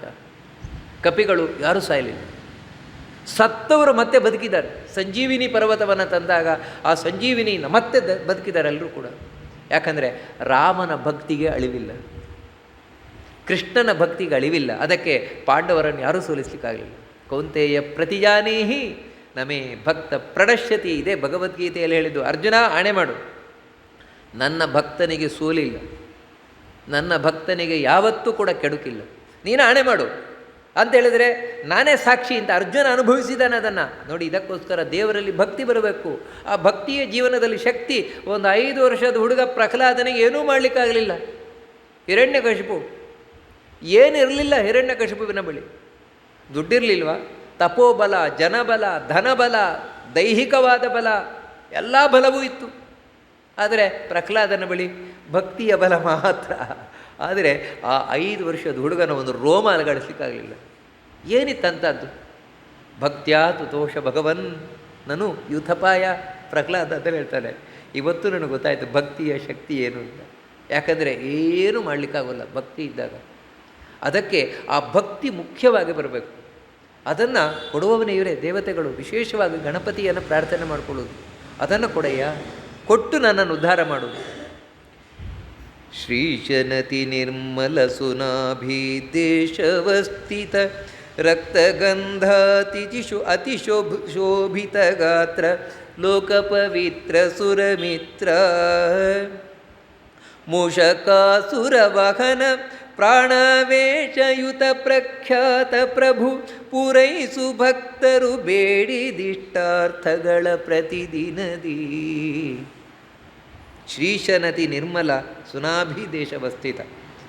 ಗಣಪತಿ ಎಲ್ಲಿ ವಿಶೇಷವಾಗಿ ನೆಲೆಸಿದ್ದಾನೆ ಅಂತ ಹೇಳಿದರೆ ವಿಷ್ಣುವಿನ ನಾಭಿಯಲ್ಲಿ ನೆಲೆಸಿದ್ದಾನೆ. ಹೊಕ್ಕಳು ಪ್ರದೇಶದಲ್ಲಿ ವಿಶೇಷವಾಗಿ ನೆಲೆಸಿದ್ದಾನಂತೆ. ಶ್ರೀಶನ ಅತಿ ನಿರ್ಮಲ ಸುನಾಭಿ ದೇಶವಸ್ಥಿತ, ಅಲ್ಲಿ ನಿಲ್ಲಿಸಿದ್ದಾನೆ ಅಂತ ಹೇಳಿದರೆ ಅಲ್ಲಿ ಅವಕಾಶ ಅಲ್ಲಿ ನೆಲೆಸಿದ್ದಾನೆ ವಿಶೇಷವಾಗಿ. ಆ ಹೃದಯ, ಈ ಹೊಟ್ಟೆಯಲ್ಲಿರುವ ಆಕಾಶ ಏನಿದೆ ಅಲ್ಲಿ ನೆಲೆಸಿರುವವನು ನೀನು. ನಿನ್ನ ಸ್ಥಾನ ಅದು ವಿಶ್ವರೂಪವನ್ನು ನೋಡಿದ ಅರ್ಜುನ ಆ ವಿಶ್ವರೂಪದಲ್ಲಿ ಗಣಪತಿ ಎಲ್ಲಿ ಕಂಡ ಅಂದರೆ ಅವನ ನಾಭಿಯಲ್ಲಿ, ಹೊಕ್ಕಳಿನಲ್ಲಿ. ನಂತರ ರಕ್ತಗಂಧ ಅತಿ ಸುಶೋಭಿತ ಗಾತ್ರ. ಗಂಧದಲ್ಲಿ ಅನೇಕ ವಿಧವಾದ ಗಂಧ ಇದೆ. ಶ್ರೀಗಂಧ, ಅಗರುಗಂಧ, ರಕ್ತಗಂಧ, ಸುಮಾರು ವಿಧ ಇದೆ. ಅದರಲ್ಲಿ ಗಣಪತಿಗೆ ಇಷ್ಟವಾದದ್ದು ರಕ್ತಗಂಧ, ಕೆಂಪು ಗಂಧ. ರಕ್ತಾಂಬರೋ ರಕ್ತದನು ರಕ್ತಮಾಲ್ಯಾನುಲೇಪನಃ ಅಂತ ಹೇಳ್ತೇವಲ್ಲ, ಅನುಲೇಪನಃ, ಕೆಂಪು ಗಂಧ, ಅದನ್ನು ಪೂಸಿಕೊಂಡವನು, ಕೆಂಪು ಮಾಲೆಯನ್ನು ಹಾಕಿಕೊಂಡವನು, ಕೆಂಪು ವಸ್ತ್ರವನ್ನು ತೊಟ್ಟಿರುವಂಥವನು ಗಣಪತಿ. ಅದಕ್ಕೆ ಹೇಳ್ತಾರೆ ರಕ್ತಗಂಧ, ಕೆಂಪು ಗಂಧವನ್ನು. ಯಾಕೆ ಅಂತ ಹೇಳಿದರೆ ಅದು ಈ ಆಸೆಯ ಸಂಕೇತ. ಕೆಂಪು ಅನ್ನುವುದು ಆಸೆಯ ಸಂಕೇತ, ರಜೋಗುಣದ ಸಂಕೇತ. ಶುಭ್ರ ಸತ್ವಗುಣದ ಸಂಕೇತ, ಕಪ್ಪು ತಮಗುಣದ ಸಂಕೇತ.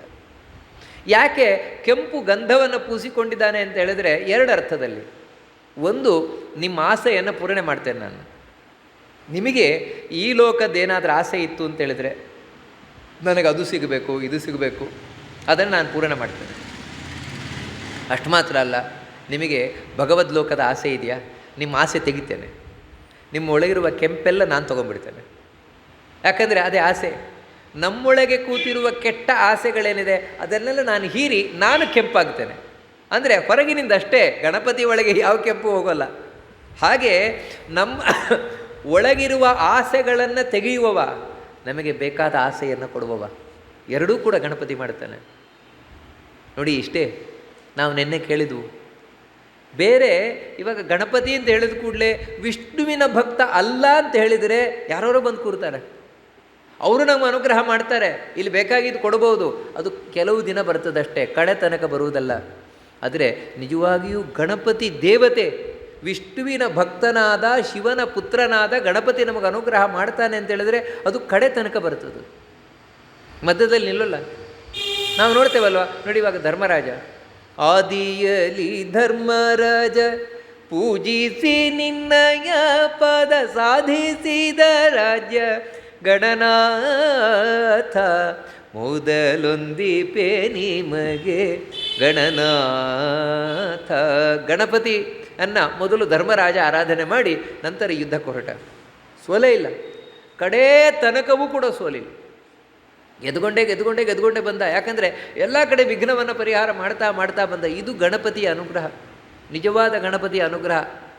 ಹೀಗಿಲ್ಲದೆ ವಿಷ್ಣು ಭಕ್ತನಲ್ಲದ ಯಾರೋ ಇವಾಗ ಗಣಪತಿ ದೈತ್ಯ, ಗಣಪತಿ ಇಂಥವರೆಲ್ಲ ಉಪಾಸನೆ ಮಾಡಿದರೆ ಆಗತ್ತೆ, ಒಂದು ಯುದ್ಧದಲ್ಲಿ ಮಾತ್ರ ಗೆಲುವು, ಎರಡನೇ ಯುದ್ಧದಲ್ಲಿ ಸೋಲೆ. ಹಾಗಲ್ಲ, 18 ದಿನವೂ ಕೂಡ ನಿರಂತರ ಗೆದ್ಕೊಂಡ್ಬಂದಿದ್ದಾರೆ ಅಂತ ಹೇಳಿದ್ರೆ ಅದು ನಿಜವಾದ ಗಣಪತಿಯ ಅನುಗ್ರಹ.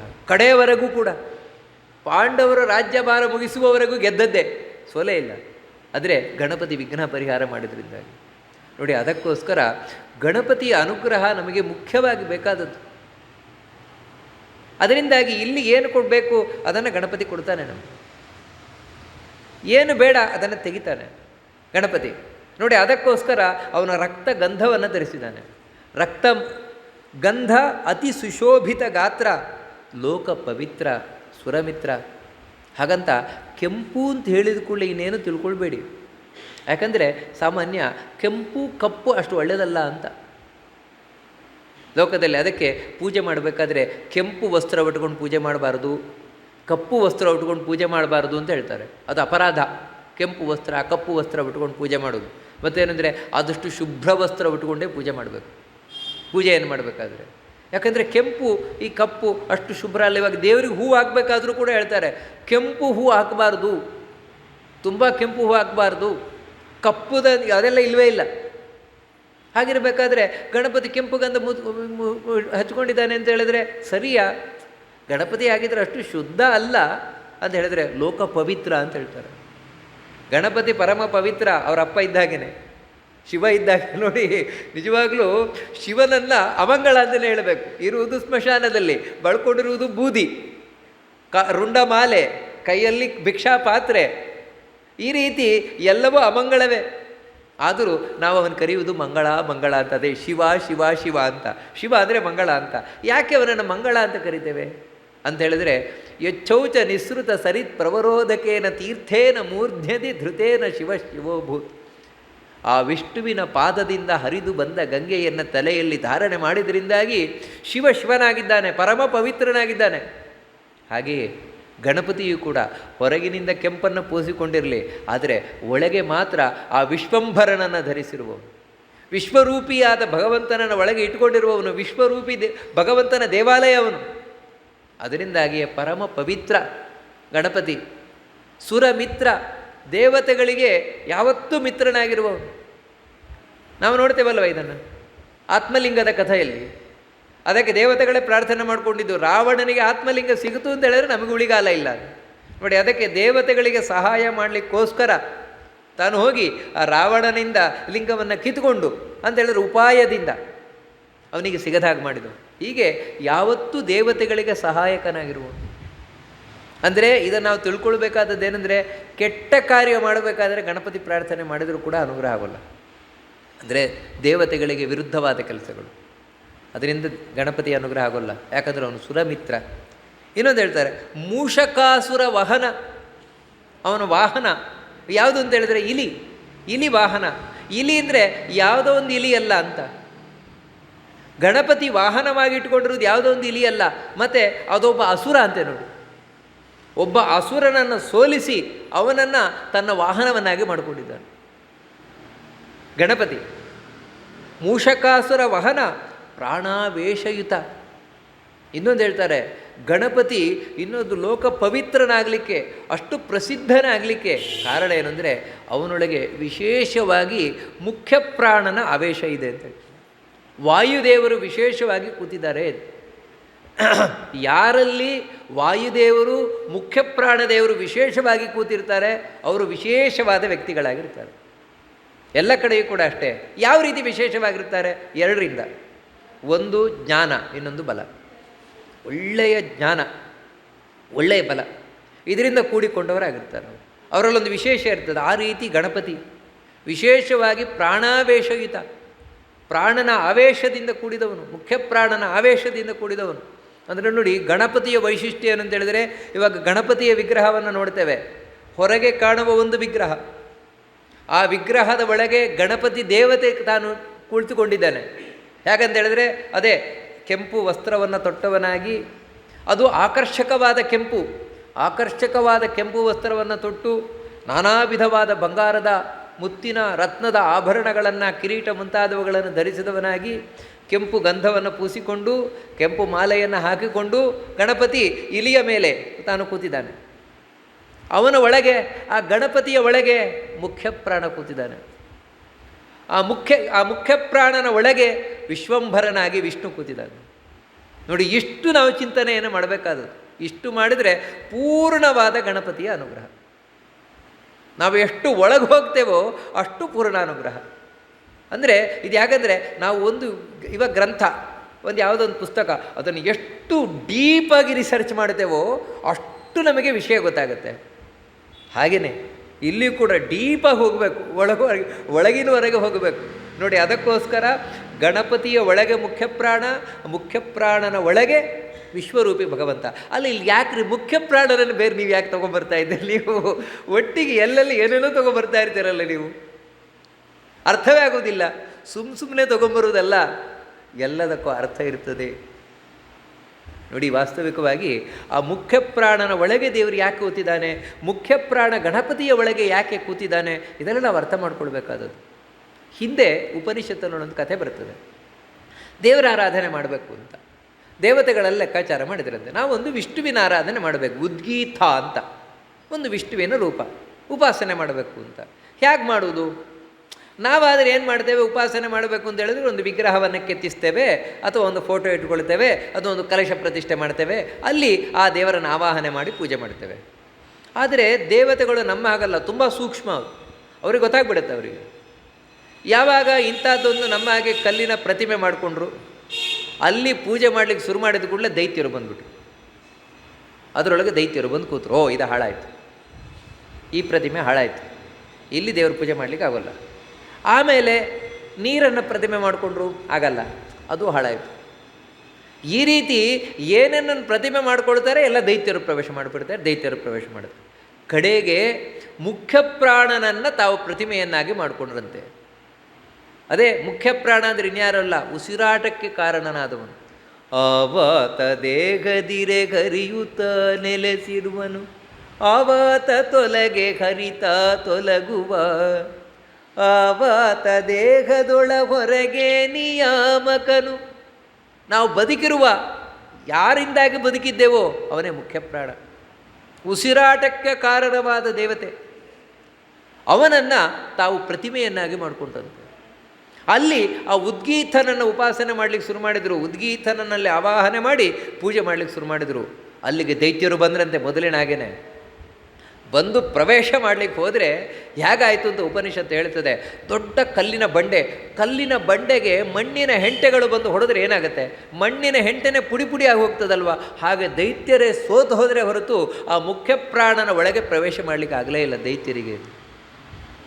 ಆಗ ದೇವತೆಗಳ ಲೆಕ್ಕಾಚಾರ ಮಾಡಿದ್ರು, ಇದು ಶುದ್ಧವಾದ ಪ್ರತಿಮೆ, ಮುಖ್ಯ ಪ್ರಾಣನದ್ದು ಶುದ್ಧವಾದ ಪ್ರತಿಮೆ ಅಂತ ಯೋಚನೆ ಮಾಡಿ ಅಲ್ಲಿ ದೇವರ ಆರಾಧನೆ ಮಾಡಿದ್ರಂತೆ, ಉದ್ಗೀತನ ಉಪಾಸನೆ. ಅದಕ್ಕೆ ಅವತ್ತಿನಿಂದ ಉಪನಿಷತ್ತು ನಿಮಗೆ ಏನು ಹೇಳಿತು ಅಂದರೆ, ನೀವು ಎಲ್ಲೇ ದೇವರ ಪೂಜೆ ಮಾಡಬೇಕಾದ್ರೆ ಮುಖ್ಯ ಪ್ರಾಣಾಂತರ್ಗತ, ಮುಖ್ಯ ಪ್ರಾಣನ ಒಳಗೆ ದೇವರನ್ನು ತಗೊಳ್ಳಿ. ಯಾಕಂದರೆ ಆವಾಗ ದೈತ್ಯರು ಬರೋಲ್ಲ ನಿಮ್ಮ ಪೂಜೆ ಹಾಳು ಮಾಡಲಿಕ್ಕೆ. ಇಲ್ಲದೇ ನಿಮ್ಮ ಪೂಜೆ ಹಾಳು ಮಾಡಲಿಕ್ಕೆ ದೈತ್ಯರು ಬರ್ತಾರೆ. ಗಣಪತಿ ಹಾಗೆ ವಿಶ್ವಂಭರನ ಉಪಾಸನೆ ಮಾಡ್ತಾಯಿರು. ಅವನು ಯಾವಾಗಲೂ ವಿಶ್ವಂಭರನ ಉಪಾಸಕ. ನಮಗೆ ಬೇಕಾಗಿದ್ದನ್ನು ಕೊಡ್ತಾ ಇದ್ದಾನೆ ಗಣಪತಿ ಅಂತ ಹೇಳಿದರೆ ಸ್ವಂತವಾಗಿ ಅಲ್ಲ, ಮತ್ತು ಒಳಗಿನಿಂದ ಆ ವಿಶ್ವಂಭರನಿಂದ ಕೇಳಿ ನಮಗೆ ಕೊಡ್ತಾ ಇದ್ದಾನೆ. ವಿಶ್ವಂಭರ ಒಲ್ದು ಬಿಟ್ಟಿದ್ದಾನೆ ಗಣಪತಿಗೆ. ನೀನು ಏನು ಕೇಳ್ತೀಯ ಕೊಡ್ತೀನಿ ನಾನು ಅಂತ. ಆ ಗಣಪತಿ ನಮಗೋಸ್ಕರ ಪ್ರಾರ್ಥನೆ ಮಾಡ್ತಾನೆ ಒಳಗಿರುವ ದೇವರ ಹತ್ರ. ನಮಗೆ ಕೊಡ್ತಾನೆ, ಕೇಳಿದ್ದಾನೆ ಕೊಡ್ತಾನೆ. ಸುಮ್ಮನೆ ಹೇಳ್ತಾ ಇರೋದಲ್ಲ. ಇದೇನ್ರಿ ನೀವು ಸುಮ್ಮನೆ ಹೇಳ್ಬಿಡೋದಾ ಅಂತ ಹೇಳಿದ್ರೆ ಇಲ್ಲ. ಭಗವದ್ಗೀತೆಯಲ್ಲಿ ಕೃಷ್ಣನೇ ಇದನ್ನು ಹೇಳ್ತಾನೆ, ಕಾಂಕ್ಷಂತ ಕರ್ಮಣಾಂ ಸಿದ್ಧಿಂ ಯಜಂತ ಇಹ ದೇವತಾ ಕ್ಷಿಪ್ರಹಿ ಮಾನುಷೇ ಲೋಕೆ ಸಿದ್ಧಿರ್ಭವತಿ ಕರ್ಮಜ. ಇದನ್ನು ಬಹಳ ಸ್ಪಷ್ಟವಾಗಿ ಹೇಳ್ತಾನೆ. ನೀವು ಯಾರೇ ಆರಾಧನೆ ಮಾಡಿದ್ರು ನನ್ನನ್ನೇ ಆರಾಧನೆ ಮಾಡು, ಎಲ್ಲರೂ ಕೂಡ. ಅದರಲ್ಲಿ ಎರಡು ಮಾತೇ ಇಲ್ಲ. ಅದು ಹೇಗೆ ಗೊತ್ತಾಗುತ್ತೆ? ನಿಮಗೆ ಇಲ್ಲಿ ಬೇಗ ಸಿದ್ಧಿ ಆಗ್ತಾ ಇದೆಯಲ್ವಾ? ಯಾರಿಂದ? ನಾನೇ ಕೊಡ್ತಾ ಇರೋದ್ರಿಂದಾಗಿ. ಮಮ ವರ್ತಮಾನ ವರ್ತಂತೆ ಮನುಷ್ಯ ಪಾರ್ಥ ಸರ್ವಶಃ. ಇದನ್ನು ಹೇಳ್ತಾರೆ. ಎಲ್ಲ ನನ್ನ ದಾರಿ ಹಿಡಿಯುವುದಪ್ಪ. ಗೊತ್ತಿಲ್ಲ ಅಷ್ಟೇ ಅವರಿಗೆ, ನನ್ನನ್ನೇ ಪೂಜೆ ಮಾಡ್ತಾ ಇರೋದು ಗೊತ್ತಿಲ್ಲ ಅಷ್ಟೇ. ಏನು ತಿಳ್ಕೊಳ್ತಾರೆ? ಅದು ಅಯ್ಯೋ ಈ ದೇವರಿಂದ ನಮಗೆಲ್ಲ ಸಿಗ್ತಾ ಇದೆ ಅಂತ ಸ್ವಂತವಾಗಿ ಕೊಡ್ತಾ ಇರೋದಲ್ಲ, ಮತ್ತು ಒಳಗಿರುವ ದೇವರಿಂದ ಬೇಡಿಕೊಡುವುದು. ಇದನ್ನು ನಾವು ತಿಳ್ಕೊಂಡಾಗ ಪೂರ್ಣವಾದ ಅನುಗ್ರಹ. ಗಣಪತಿಗೂ ತುಂಬ ಖುಷಿ ಪಡ್ತಾನೆ. ಒಂದೊಮ್ಮೆ ಗಣಪತಿಯ ಒಳಗೆ ವಿಶ್ವಂಭರ ರೂಪಿ ಪರಮಾತ್ಮನಿಂದ ಕೇಳಿ ನಮಗೆ ಬೇಕಾಗಿದ್ದನ್ನು ಕೊಡ್ತಾ ಇದ್ದಾನೆ ಅಂದರೆ ಸಂತೋಷದಿಂದ ಗಣಪತಿ ಕೊಡ್ತಾನೆ. ಅದು ಗಣಪತಿ ಹೇಗೆ ಉಪಾಸನೆ ಮಾಡ್ತಾನೆ ಅಂದರೆ ಮುಖ್ಯ ಪ್ರಾಣನ ಒಳಗಿರುವ ವಿಶ್ವಂಭರನನ್ನು. ಅದಕ್ಕಾಗಿ ಪ್ರಾಣಾವೇಶಯುತ ಪ್ರಖ್ಯಾತ. ಅದನ್ನು ಮತ್ತೆ ಹೇಳಬೇಕಾ? ಗಣಪತಿ ಪ್ರಖ್ಯಾತ ಅನ್ನೋದು ಹೇಳಬೇಕಾ? ಯಾಕಂದರೆ ಯಾವ ದೇವತೆ ಗೊತ್ತೇ ಇಲ್ದಿದ್ರೂ ಗಣಪತಿ ಒಂದು ಗೊತ್ತೇ ಇರ್ತದೆ. ಗಣಪತಿ ಗೊತ್ತಿಲ್ಲದಿರೋರು ಇಲ್ಲವೇ ಇಲ್ಲ. ಆ ರೀತಿ ಪ್ರಖ್ಯಾತ. ಪೂರೈಸು ಭಕ್ತರು ಬೇಡಿದ ಇಷ್ಟಾರ್ಥಗಳ ಪ್ರತಿದಿನದಿ. ಭಕ್ತರು ಬೇಡದ ಇಷ್ಟಾರ್ಥಗಳನ್ನು ಪ್ರತಿದಿನ ಪೂರಣೆ ಮಾಡಯ್ಯ. ಇದನ್ನು ನಾವೇ ಹೇಳಬೇಕಾ ಗಣಪತಿಗೆ? ಗಣಪತಿ ಗೊತ್ತಿಲ್ವಾ? ಅಲ್ರಿ, ಬರುವ ಭಕ್ತರ ಇಷ್ಟಾರ್ಥವನ್ನು ಪೂರಣೆ ಮಾಡುವಂಥ ಗಣಪತಿ ಗೊತ್ತಿಲ್ವಾ? ನಾವು ಕೇಳಬೇಕಾ ಇದನ್ನು? ಸಾಮಾನ್ಯವಾಗಿ ಪ್ರಶ್ನೆ ಬರ್ಬೋದು. ಹೌದು, ಕೇಳಬೇಕು. ಯಾಕೋಸ್ಕರ ಅಂದರೆ ಗಣಪತಿ ಗೊತ್ತಿಲ್ಲ ಅಂತಲ್ಲ, ಮತ್ತು ನಮ್ಮ ಕರ್ತವ್ಯ ಅಂತ. ಯಾವ ರೀತಿ ಇಲ್ಲಿ ದುಷ್ಟರು ಹೆಚ್ಚಾದರು, ದುಷ್ಟರು ಹೆಚ್ಚಾದಾಗ ದೇವತೆಗಳು ಹೋಗಿ ಕ್ಷೀರಸಾಗರದಲ್ಲಿರುವ ನಾರಾಯಣ ಹತ್ರ ಪ್ರಾರ್ಥನೆ ಮಾಡಿಕೊಂಡ್ರು, ಸ್ವಾಮಿ ದುಷ್ಟರ ಹಾವಳಿ ಹೆಚ್ಚಾಗಿದೆ, ನೀನು ಅವತಾರ ಮಾಡಿ ಬರಬೇಕು, ಇಲ್ಲಿ ದುಷ್ಟರನ್ನು ಸಂಹಾರ ಮಾಡಬೇಕು ಅಂತ. ಯಾಕೆ ದೇವರಿಗೆ ಗೊತ್ತಿಲ್ವಾ? ದೇವರು ಆರಾಮಾಗಿ ನಿದ್ರೆ ಮಾಡ್ತಾ ಇದ್ದಾನ ಅಥವಾ ಜವಾಬ್ದಾರಿ ಇಲ್ಲದೇ ಇರುವವನ? ಈ ಜಗತ್ತನ್ನು ಸೃಷ್ಟಿ ಮಾಡಿದ ದೇವರಿಗೆ ರಕ್ಷಣೆ ಮಾಡಬೇಕು ಅಂತ ಗೊತ್ತಿಲ್ವಾ? ಜವಾಬ್ದಾರಿ ಇಲ್ಲದೆ ಕೂತ್ಕೊಂಡಿರ್ತಾನೆ ದೇವರು? ಇಲ್ಲ, ಖಂಡಿತ ಇಲ್ಲ. ದೇವರಿಗೆ ಗೊತ್ತಿದೆ ಬರಬೇಕು ಅಂತ ಗೊತ್ತಿದೆ. ಈ ವಿಷಯ ದೇವತೆಗಳಿಗೆ ಗೊತ್ತಿಲ್ವಾ? ದೇವರಿಗೆ ಗೊತ್ತಿದೆ ಅನ್ನೋದು ಗೊತ್ತಿಲ್ವಾ? ದೇವತೆಗಳಿಗೂ ಗೊತ್ತಿದೆ. ಮತ್ತು ಯಾಕೆ ಪ್ರಾರ್ಥನೆ ಮಾಡಿಕೊಳ್ತಾರೆ ಅಂತ ಹೇಳಿದ್ರೆ, ಪ್ರಾರ್ಥನೆಯನ್ನು ಮಾಡಿಕೊಳ್ಳುವುದು ನಮ್ಮ ಕರ್ತವ್ಯ. ಅದಕ್ಕೋಸ್ಕರ ದೇವರೇ ಯಾರು ಒಳ್ಳೆಯವರಿದ್ದಾರೆ ಅವರ ಇಷ್ಟಾರ್ಥವನ್ನು ಪೂರ್ಣೆ ಮಾಡು ಅಂತ ಬೇಡಿಕೊಳ್ಳುವುದು ನಮ್ಮ ಕರ್ತವ್ಯ, ಭಕ್ತರ ಕರ್ತವ್ಯ. ಯಾಕಂದರೆ ಇದು ನಮ್ಮ ಸ್ವಾರ್ಥವನ್ನು ಕಳೀತದೆ. ಇಲ್ಲದಿದ್ರೆ ಏನಾಗುತ್ತೆ ಅಂದರೆ, ದೇವರೇ ನನ್ನ ಇಷ್ಟಾರ್ಥವನ್ನು ಮಾತ್ರ ಪೂರ್ಣೆ ಮಾಡು. ನಾವು ಕೇಳೋದಿಷ್ಟೇ, ನನ್ನ ಇಷ್ಟಾರ್ಥವನ್ನು ಪೂರ್ಣೆ ಮಾಡು. ಅದಕ್ಕೆ ನಾವು ಸೇವೆ ಕೊಡ್ತೇವೆ. ಸೇವೆ ಕೊಟ್ಟು, ಸ್ವಾಮಿ ದೇವರೇ ನನ್ನ ಇಷ್ಟಾರ್ಥ, ನನ್ನ ಹೆಂಡತಿ ಇಷ್ಟಾರ್ಥ, ನನ್ನ ಗಂಡನ ಇಷ್ಟಾರ್ಥ, ನನ್ನ ಮಕ್ಕಳ ಇಷ್ಟಾರ್ಥ ಇದೇ ನಾವು ಹೇಳೋದು. ಉಳಿದವ್ರದ್ದು ಕೇಳ್ತೇವೆ? ಅದಕ್ಕೆ ಬರಬೇಕಾದ್ರೆ ಪಟ್ಟಿ ಇಟ್ಕೊಂಬಂದಿರ್ತೇವೆ. ಇಷ್ಟು ದೊಡ್ಡ ಪಟ್ಟಿ ಮಾಡಿಸೋದು ಒಂದು ತೆಂಗಿನ ಕಾಯ್ಗಣವಮ್ಮ, ಪಟ್ಟಿ ಮಾತ್ರ ಇಷ್ಟುದ್ದ. ಅವ್ರ ಹೆಸರು ಹೇಳಿ, ಇವ್ರ ಹೆಸರು ಹೇಳಿ, ನೋಡಿ ಇದೊಂದು ಬಿಟ್ಟು ಇದು ಮಧ್ಯದಲ್ಲಿ ಇಷ್ಟುದ್ದ ಪಟ್ಟಿ ಇಟ್ಕೊಂಡು ಬಂದಿರ್ತೇವೆ. ಅಲ್ಲ ಹೋಗಲಿ, ಇದು ಊರವರೆಲ್ಲ ಪಟ್ಟಿ ತಂದಿದ್ದಾರೆ, ಇವರು ಊರಿನವರದೆಲ್ಲ ಪಟ್ಟಿ ತಂದಿದ್ದಾರೆ. ಇಲ್ಲ, ಮತ್ತು ಇವರಿಗೆ ಬೇಕಾದವ್ರದ್ದು ಮಾತ್ರ, ಕುಟುಂಬದಲ್ಲಿ ಇವ್ರಿಗೆ ಯಾರಿಗೆ ಬೇಕಾಗಿದ್ದಾರೋ ಅವ್ರು ಮಾತ್ರ ಪಟ್ಟಿ. ಇವ್ರಿಗಾಗದವರು ಕುಟುಂಬದವ್ರದ್ದು ಅವ್ರದ್ದಿಲ್ಲ. ಮತ್ತು ಕುಟುಂಬದಲ್ಲಿಯೇ ಇವ್ರಿಗೆ ಆಗಲ್ಲ, ಅವ್ರ ಹೆಸರಿಲ್ಲ. ಇದೆಲ್ಲ ಏನಂದರೆ ಸಂಕುಚಿತ ಮನೋಭಾವನೆ ನೋಡಿ. ಅದಕ್ಕಾಗಿಯೇ ಇಷ್ಟುದ್ದ ಪಟ್ಟಿ ಇಟ್ಕೊಂಡು ಬರುವುದಕ್ಕಿಂತ ಯಾರು ಸಜ್ಜನರಿದ್ದಾರೆ ಎಲ್ಲರಿಗೂ ಒಳ್ಳೆಯದನ್ನು ಮಾಡಪ್ಪ, ನಾವು ಮಾಡಿಸೋದು ಒಂದು ತೆಂಗಿನಕಾಯಿ ಗಣೋಮ ಆದರೂ ಅದರಿಂದ ಎಲ್ಲ ಸಜ್ಜನರಿಗೆ ಒಳ್ಳೇದು ಮಾಡಲಿ ಅಂತ ಹೇಳಿದರೆ ಎಲ್ಲರೂ ನಮ್ಮ ಕುಟುಂಬದವರು ಬರಲಿಲ್ವಾ?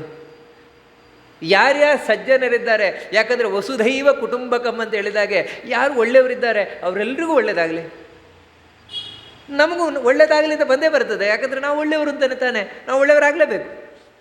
ಇದು ಅದಕ್ಕೋಸ್ಕರ ಕೇಳ್ತಾ ಇರುವಂಥದ್ದು. ಆ ರೀತಿ ಗಣಪತಿ ನೀನು ಮಾಡುವಂಥ ಪ್ರಾರ್ಥನೆಯನ್ನು ಮಾಡಿಕೊಳ್ತಾರೆ.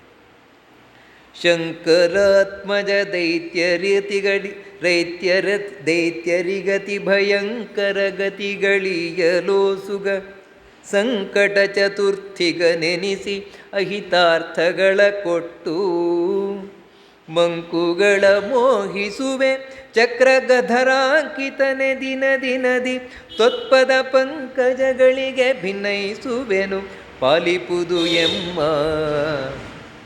ಇದೊಂದು ಬಹಳ ಸ್ವಾರಸ್ಯವಾದ ವಿಷಯವನ್ನು ತಿಳಿಸ್ಕೊಂಡು ಹೋಗ್ತಾರೆ. ಇವತ್ತು ಸಂಕಷ್ಟ ಚತುರ್ಥಿ, ಗಣಪತಿಯನ್ನು ಕುರಿತು ನಾವು ಮಾಡುವಂತಹ ದೊಡ್ಡ ವ್ರತ ಸಂಕಷ್ಟ ಚತುರ್ಥಿ ವ್ರತ. ಯಾಕಂದರೆ ಅದರ ಹೆಸರೇ ಸಂಕಷ್ಟ ಚತುರ್ಥಿ, ಅಂದರೆ ನಮ್ಮ ಕಷ್ಟ ಎಲ್ಲ ಪರಿಹಾರ ಮಾಡುವ ವ್ರತ ಅಂತ. ಜಗನ್ನಾಥದಾಸರು ಹೇಳ್ತಾರೆ, ಗಣಪತಿ ಈ ಸಂಕಷ್ಟ ಚತುರ್ಥಿ ಎನ್ನುವುದನ್ನು ನೀನು ಯಾಕೆ ಸೃಷ್ಟಿ ಮಾಡಿದೆ? ಯಾಕಂದರೆ ಇದನ್ನು ಸೃಷ್ಟಿ ಮಾಡಿದವನು ಗಣಪತಿಯೇ. ನೀವು ಆ ಸಂಕಷ್ಟೆಯ ದಿನ ನನ್ನ ಆರಾಧನೆ ಮಾಡಿದರೆ ನಿಮಗೆ ಬೇಕಾಗಿದ್ದನ್ನು ಕೊಡ್ತೇನೆ ಅಂತ ಗಣಪತಿ ಹೇಳಿದ್ರಿಂದಲೇ ನಾವು ಮಾಡುವುದು ತಾನೆ.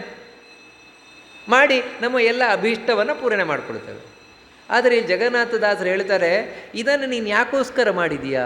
ಈ ಸಂಕಷ್ಟ ಚತುರ್ಥಿ ಎನ್ನುವುದನ್ನು ಯಾಕೆ ಮಾಡಿದೀಯಾ? ಶಂಕರಾತ್ಮಜ ದೈತ್ಯರಿಗೆ ಅತಿ ಗತಿಯಲ್ಲಿ ಸುಗ. ಶಂಕರಾತ್ಮಜ ಬೇಕು ಅಂತಲೇ ಕರೀತಾರೆ. ಓ ಶಿವನ ಮಗನೇ, ಆ ಶಿವನ ಮಗನೇ ಅನ್ನೋದಕ್ಕೆ ಅರ್ಥ ಇದೆ, ಮುಂದೆ ನೋಡೋಣ ಅದೇನು ಅಂತ. ದೈತ್ಯರಿಗೆ ಅತಿ ಭಯಂಕರ ಈಗಲೋ ಸುಗ. ಯಾರು ದೈತ್ಯರಿದ್ದಾರೆ ಅವರು ಮುಂದೆ ಮಹಾನರಕಕ್ಕೆ ಹೋಗಿ ಬೀಳಬೇಕು, ಮತ್ತೆ ಮೇಲೆ ಏಳಲೇಬಾರದು. ಅದಕ್ಕೋಸ್ಕರ ನೀನು ಏನು ಮಾಡಿದೆ ಅಂದರೆ ಸಂಕಟ ಚತುರ್ಥಿಗ ನೆನೆಸಿ, ಸಂಕಷ್ಟ ಚತುರ್ಥಿಯಲ್ಲಿ ಇರುವವನಾಗಿ ಅಹಿತಾರ್ಥಗಳ ಕೊಟ್ಟು ಅವರಿಗೆ, ಆ ದೈತ್ಯರಿಗೆ ನಿಮಗೆ ಇಲ್ಲಿ ಏನು ಬೇಕೋ ಎಲ್ಲ ಕೊಡ್ತೇನೆ ಅಂತ ಕೊಟ್ಟು ಮಂಕುಗಳ ಮೋಹಿಸುವೆ. ಅವುಗಳಾದರೂ ಮಂಕುಗಳು ಅಂತ ಹೇಳಿದ್ರೆ ಬುದ್ಧಿ ಇಲ್ಲದೆ ಇರುವವುಗಳು. ಅವುಗಳನ್ನು ಇನ್ನಷ್ಟು ಮೋಹಕ್ಕೊಳಪಡಿಸ್ತೀಯ ಅಂತ ಹೇಳ್ತಾರೆ. ಅಲ್ಲಿ ಇಲ್ಲಿ ನಮಗೆ ಪ್ರಶ್ನೆ ಬರೋದು ಅಂದರೆ ಏನು ಆಗಿದ್ರೆ ಸಂಕಷ್ಟ ಚತುರ್ಥಿ ಮಾಡಬೇಕೋ ಬೇಡವೋ, ಏನು ಕತೆ ಇದು? ಈ ರೀತಿ ಹೇಳ್ತಾ ಇದ್ದಾರಲ್ಲ ಇಲ್ಲಿ, ದೈತ್ಯರಿಗೆ ಅತಿ ಭಯಂಕರಗಳಿಗೆ ಈ ಸುಗ. ಅದಕ್ಕಾಗಿಯೇ ಸಾಮಾನ್ಯವಾಗಿ ಈ ಪದ್ಯಕ್ಕೆ ಅರ್ಥ ಹೇಳಬೇಕಾದ್ರೆ ಹರಿಕಥಾಮೃತ ಸಾರದಲ್ಲಿ ಅನೇಕ ಮಂದಿ ಹೇಳೋದೇನೆಂದರೆ ಸಂಕಷ್ಟ ಚತುರ್ಥಿ ಮಾಡಬಾರ್ದು. ಸಂಕಷ್ಟ ಚತುರ್ಥಿ ದೈತ್ಯರಿಗೋಸ್ಕರ ಮಾಡಿದ್ದು, ತಲೆ ಕೆಡಿಸ್ಲಿಕ್ಕೆ, ಅವರ ನರಕಕ್ಕೆ ಹಾಕ್ಲಿಕ್ಕೆ ಮಾಡಿದ್ದು. ಅದಕ್ಕೋಸ್ಕರ ಸಂಕಷ್ಟ ಚತುರ್ಥಿ ಮಾಡಿದರೆ ನರಕಕ್ಕೆ ಹೋಗ್ತಾರೆ ಅಂತ.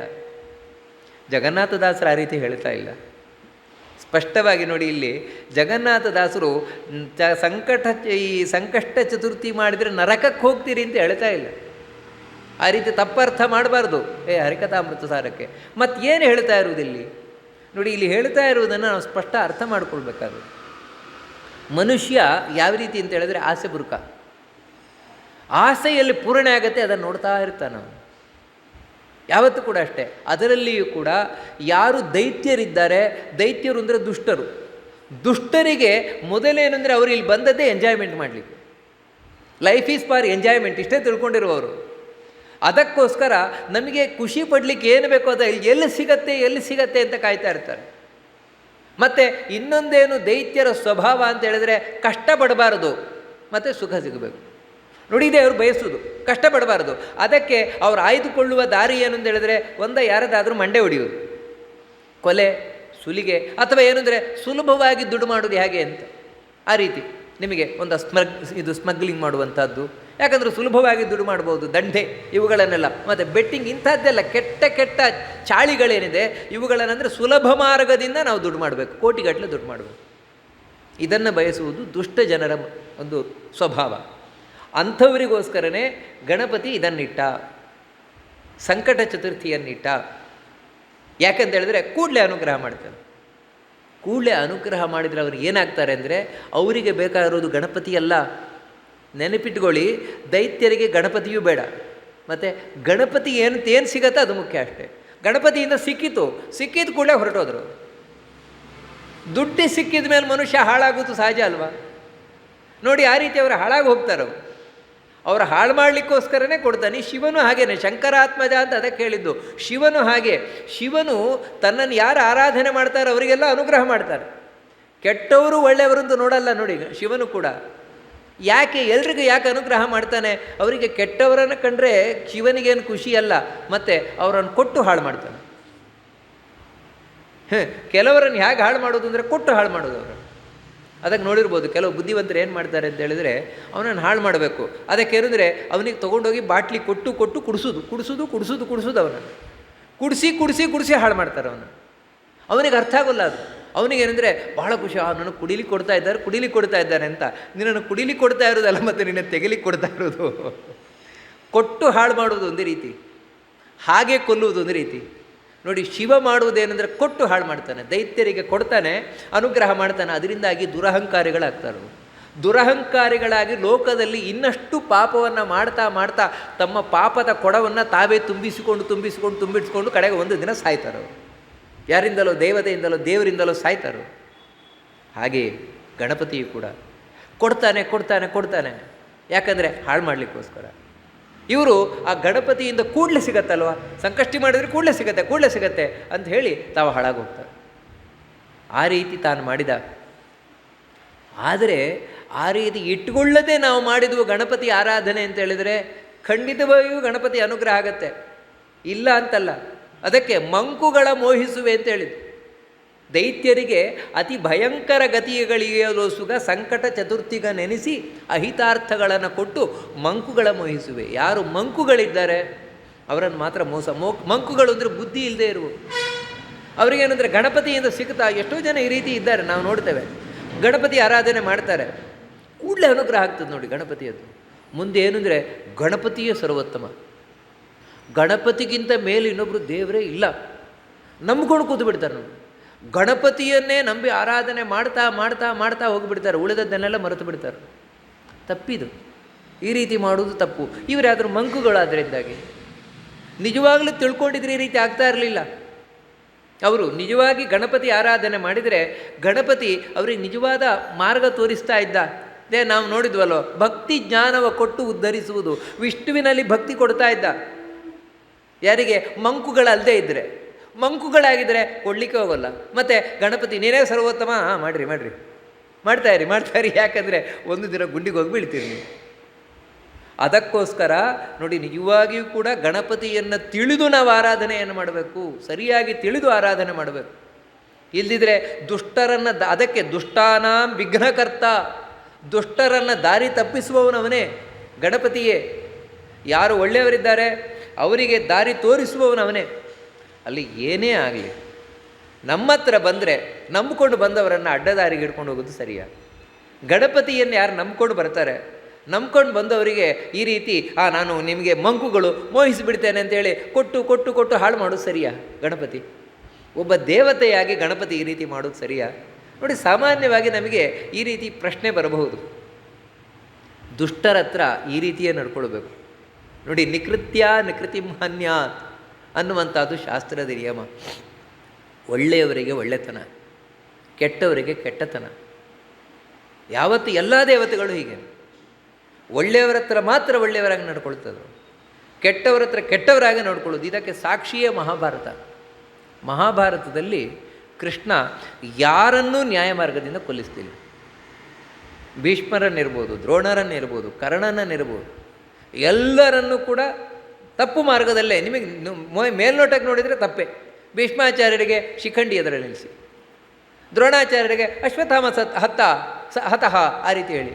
ಕರ್ಣನಂತೂ ಅವನ ರಥದ ಚಕ್ರ ಹೂತಿದ್ದಾಗ, ರಥದಿಂದ ಕೆಳಗಿದ್ದಾಗ ನಿಜವಾಗ್ಲೂ ಅವಾಗ ಯುದ್ಧ ಮಾಡಬಾರ್ದು. ಕೈಯಲ್ಲಿ ಬಿಲ್ಲಿಲ್ಲ, ಯುದ್ಧ ಮಾಡಬಾರ್ದು. ಆಯುಧ ಇಲ್ಲದೆ ಇರುವವನೊಟ್ಟಿಗೆ ಯುದ್ಧ ಮಾಡಬಾರ್ದು. ರಥದಲ್ಲಿ ಕೂರದೇ ಇರುವವನಿಗೆ ಯುದ್ಧ ಮಾಡಬಾರ್ದು. ಆದರೂ ಕೃಷ್ಣ ಹೇಳಿದ, ಬಿಡು ಬಿಡು ಬಾಣ ಬಿಡು ಇವಾಗ ಅಂತ ಕರ್ಣನಿಗೆ. ಅಲ್ಲ ಕೃಷ್ಣ, ಇದು ಅನ್ಯಾಯ ಅಲ್ವಾ? ಇವನಿಗಿದೇ ನ್ಯಾಯ. ನೋಡಿ, ಹೀಗೆ ನ್ಯಾಯ ಅನ್ಯಾಯ, ಧರ್ಮ ಅಧರ್ಮ ಇದೆಲ್ಲ ಒಬ್ಬೊಬ್ರಿಗೆ ಒಂದೊಂದು ರೀತಿ. ದುಷ್ಟರಿಗಾಗಬೇಕಾದ್ರೆ ಇದೇ ನ್ಯಾಯ. ಅದಕ್ಕೋಸ್ಕರವೇ ಆ ರೀತಿ ಮಾಡಿ ಕೃಷ್ಣನೇ ಕೊಲಿಸಿದ್ದಾನೆ. ಎಲ್ಲ ಕಡೆಯೂ ಅಷ್ಟೇ. ದುಷ್ಟರಿಗೆ ದುಷ್ಟತನವೇ, ಮುಳ್ಳನ್ನು ಮುಳ್ಳಿಂದಲೇ ತೆಗಿಬೇಕು. ಅದಕ್ಕೆ ಗಣಪತಿ ದುಷ್ಟರು ತನ್ನ ಹತ್ರ ಬರ್ತಾರಲ್ವ, ದುಷ್ಟತನ ಹೊತ್ತೇ ಬರುವುದವರು. ಅವರು ದೇವರೆದುರಿಗೆ ಬಂದು ಇವಾಗ ಗಣಪತಿ ಮುಂದೆ ಬಂದು ದುಷ್ಟತನವೇ ಮಾಡುವುದವರು ಅಲ್ರಿ. ದೇವರ ಆರಾಧನೆ ಮಾಡ್ತಾರಲ್ವ, ಏನು ದೇವರ ಆರಾಧನೆ ಮಾಡ್ತಾರವರು? ಅವರಿಗೆ ಗಣಪತಿ ದೊಡ್ಡವನಲ್ಲ. ಮತ್ತೇನೆಂದರೆ ಗಣಪತಿ ಒಂದು ATM ಸೆಂಟ್ರ್ ಇದ್ದಾಗ ಅಷ್ಟೇ ಅವರಿಗೆ. ನೋಡಿ, ಗಣಪತಿಯಿಂದ ನಮಗೇನು ಸಿಗತ್ತೆ ನೋಡ್ತಾರೆ ಅಷ್ಟೇ. 4 ಸಲ ಆರಾಧನೆ ಮಾಡ್ತಾರೆ. ಒಂದೊಮ್ಮೆ ಗಣಪತಿ ಕೊಡಲಿಲ್ಲ ಅಂದರೆ ಈ ದೇವ್ರ ಪ್ರಯೋಜನ ಇಲ್ಲ ಅಂತ ಇನ್ನೊಬ್ಬರು ದೇವ್ರ ಹತ್ರ ಹೋಗ್ತಾರೆ. ನೋಡಿ, ಇಂಥವ್ರು ಅವರು ದೇವರನ್ನು ನಂಬಲಿಕ್ಕೆ ಬಂದವರಲ್ಲ ಅವರು. ಮತ್ತು ಒಂದು ಸಲ ಬಂದರು, ಸೇವೆ ಕೊಟ್ಟರು, ಅವರಿಗೇನೋ ಫಲ ಸಿಕ್ಬಿಡ್ತು. ಮಾರನೇ ಸಲ ಬರ್ತಾರೆ, ಭಕ್ತಿಯಿಂದಲ್ಲ, ಮತ್ತೇನೆಂದರೆ ನಮ್ಮ ಆಸೆಯಲ್ಲಿ ಪೂರ್ಣ ಆಗುತ್ತೆ ಅಂತ. ನೋಡಿ, ಇಂಥವ್ರು ಆಗಲಿಲ್ಲ, ಕೈ ಬಿಡ್ತಾರೆ. ಇನ್ನೊಂದು ಕಡೆ ಹೋಗ್ತಾರೆ, ಇಲ್ಲೇನು ಕಾರ್ಣಿಕ ಇಲ್ಲ, ನಾಳೆ ನೋಡ್ರಿ ಅಲ್ಲಿ ಭಾಳ ಕಾರ್ಣಿಕ ಇದೆ, ಅಲ್ಲಿಗೆ ಹೋದ್ರು. ಕಾರ್ಣಿಕ ಆದ್ರೇನು? ಇಷ್ಟೇ, ನಾವು ಎಣಿಸಿದ ಕೂಡಲೇ ಆಗಿಬಿಡುತ್ತೆ ಅಂತ ಅಲ್ಲಿಗೆ ಹೋಗ್ತಾರೆ. ಅಲ್ಲಿ ಇಂಥವ್ರಿಗೆ ಏನು ರೀ? ಇವರೆಲ್ಲ ಯಾವ ರೀತಿ ಅಂತ ಹೇಳಿದ್ರೆ, ನಿಮಗೆ ಸತ್ಯ ಹೇಳಬೇಕು ಅಂತ ಹೇಳಿದ್ರೆ, ಈ ವೇಶ್ಯಾಸ್ತ್ರಿ ಮನೆಗೆ ಹೋಗ್ತಾರಲ್ವ ಅಂಥವ್ರಿದ್ದಾಗ. ಇವಳಿವತ್ತು ಸಿಕ್ಕಿದ್ಲು, ಇವಳತ್ತು ಹೋದ್ಲು, ಇವಳು ಸಿಗಲಿಲ್ವಾ ಇನ್ನೊಬ್ರ ಹತ್ರ, ಅವಳು ಸಿಗಲಿಲ್ವಾ ಇನ್ನೊಬ್ರ ಹತ್ರ. ಇವರನ್ನು ಯಾರಾದರೂ ಒಳ್ಳೆಯವರು ಅಂತ ಹೇಳ್ತಾರೆ ಇಂಥ ವ್ಯಕ್ತಿಗಳನ್ನು? ಅದಕ್ಕೆ ಅಂಥವರನ್ನು ಮೋಹಗೊಳಿಸ್ಲಿಕ್ಕೋಸ್ಕರವೇ ಇದನ್ನು ಮಾಡಿದ್ದು. ಸಜ್ಜನರನ್ನಲ್ಲ. ಅಲ್ಲ, ಸಜ್ಜನರು ಆಗಿದ್ರೆ, ಸಜ್ಜನರು ಸಂಕಷ್ಟ ಚತುರ್ಥಿ ಮಾಡಿದರೆ ಕೆಟ್ಟದಾಗತ್ತಾ? ಅವರಿಗೂ ನರಕ ಆಗತ್ತಾ? ಪ್ರಶ್ನೆ ಬರ್ತದೆ.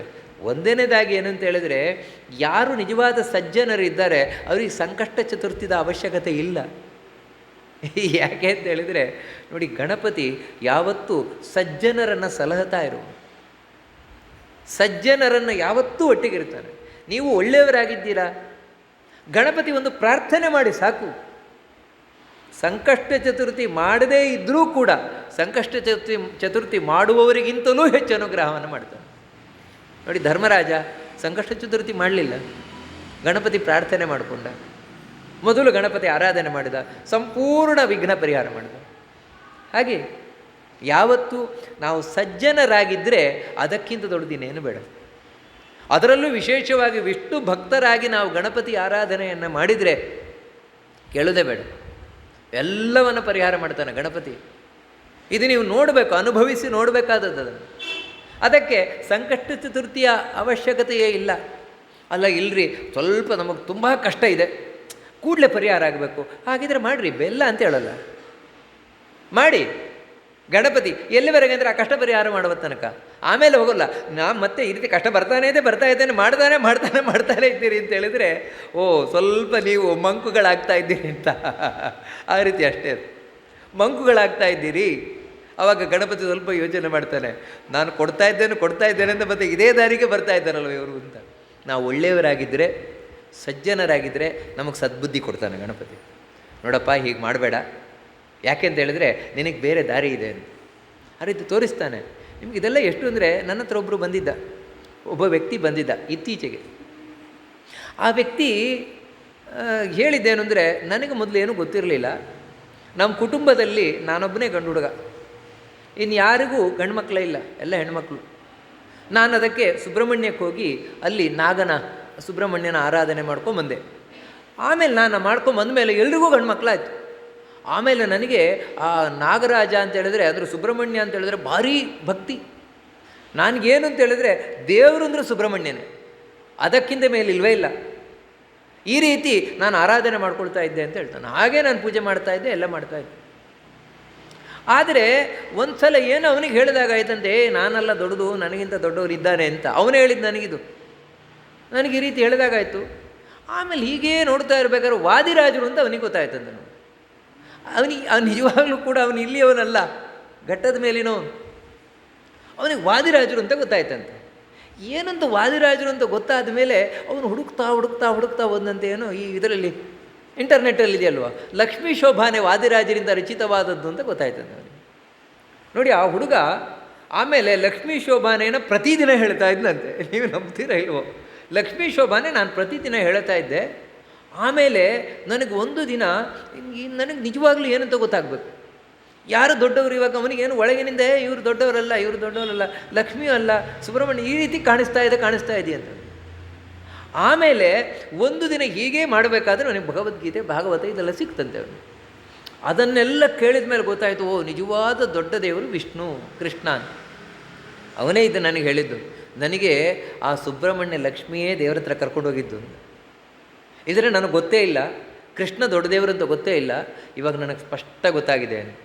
ಅಂದರೆ ಹೇಗೆ ಕರ್ಕೊಂಡು ಹೋಗ್ತಾರೆ ದೇವತೆಗಳು ಅಂತ ಗೊತ್ತಾಗೋಲ್ಲ ನಮಗೆ, ಹೊರಗಿನಿಂದ ಅಲ್ಲ, ಒಳಗಿನಿಂದ.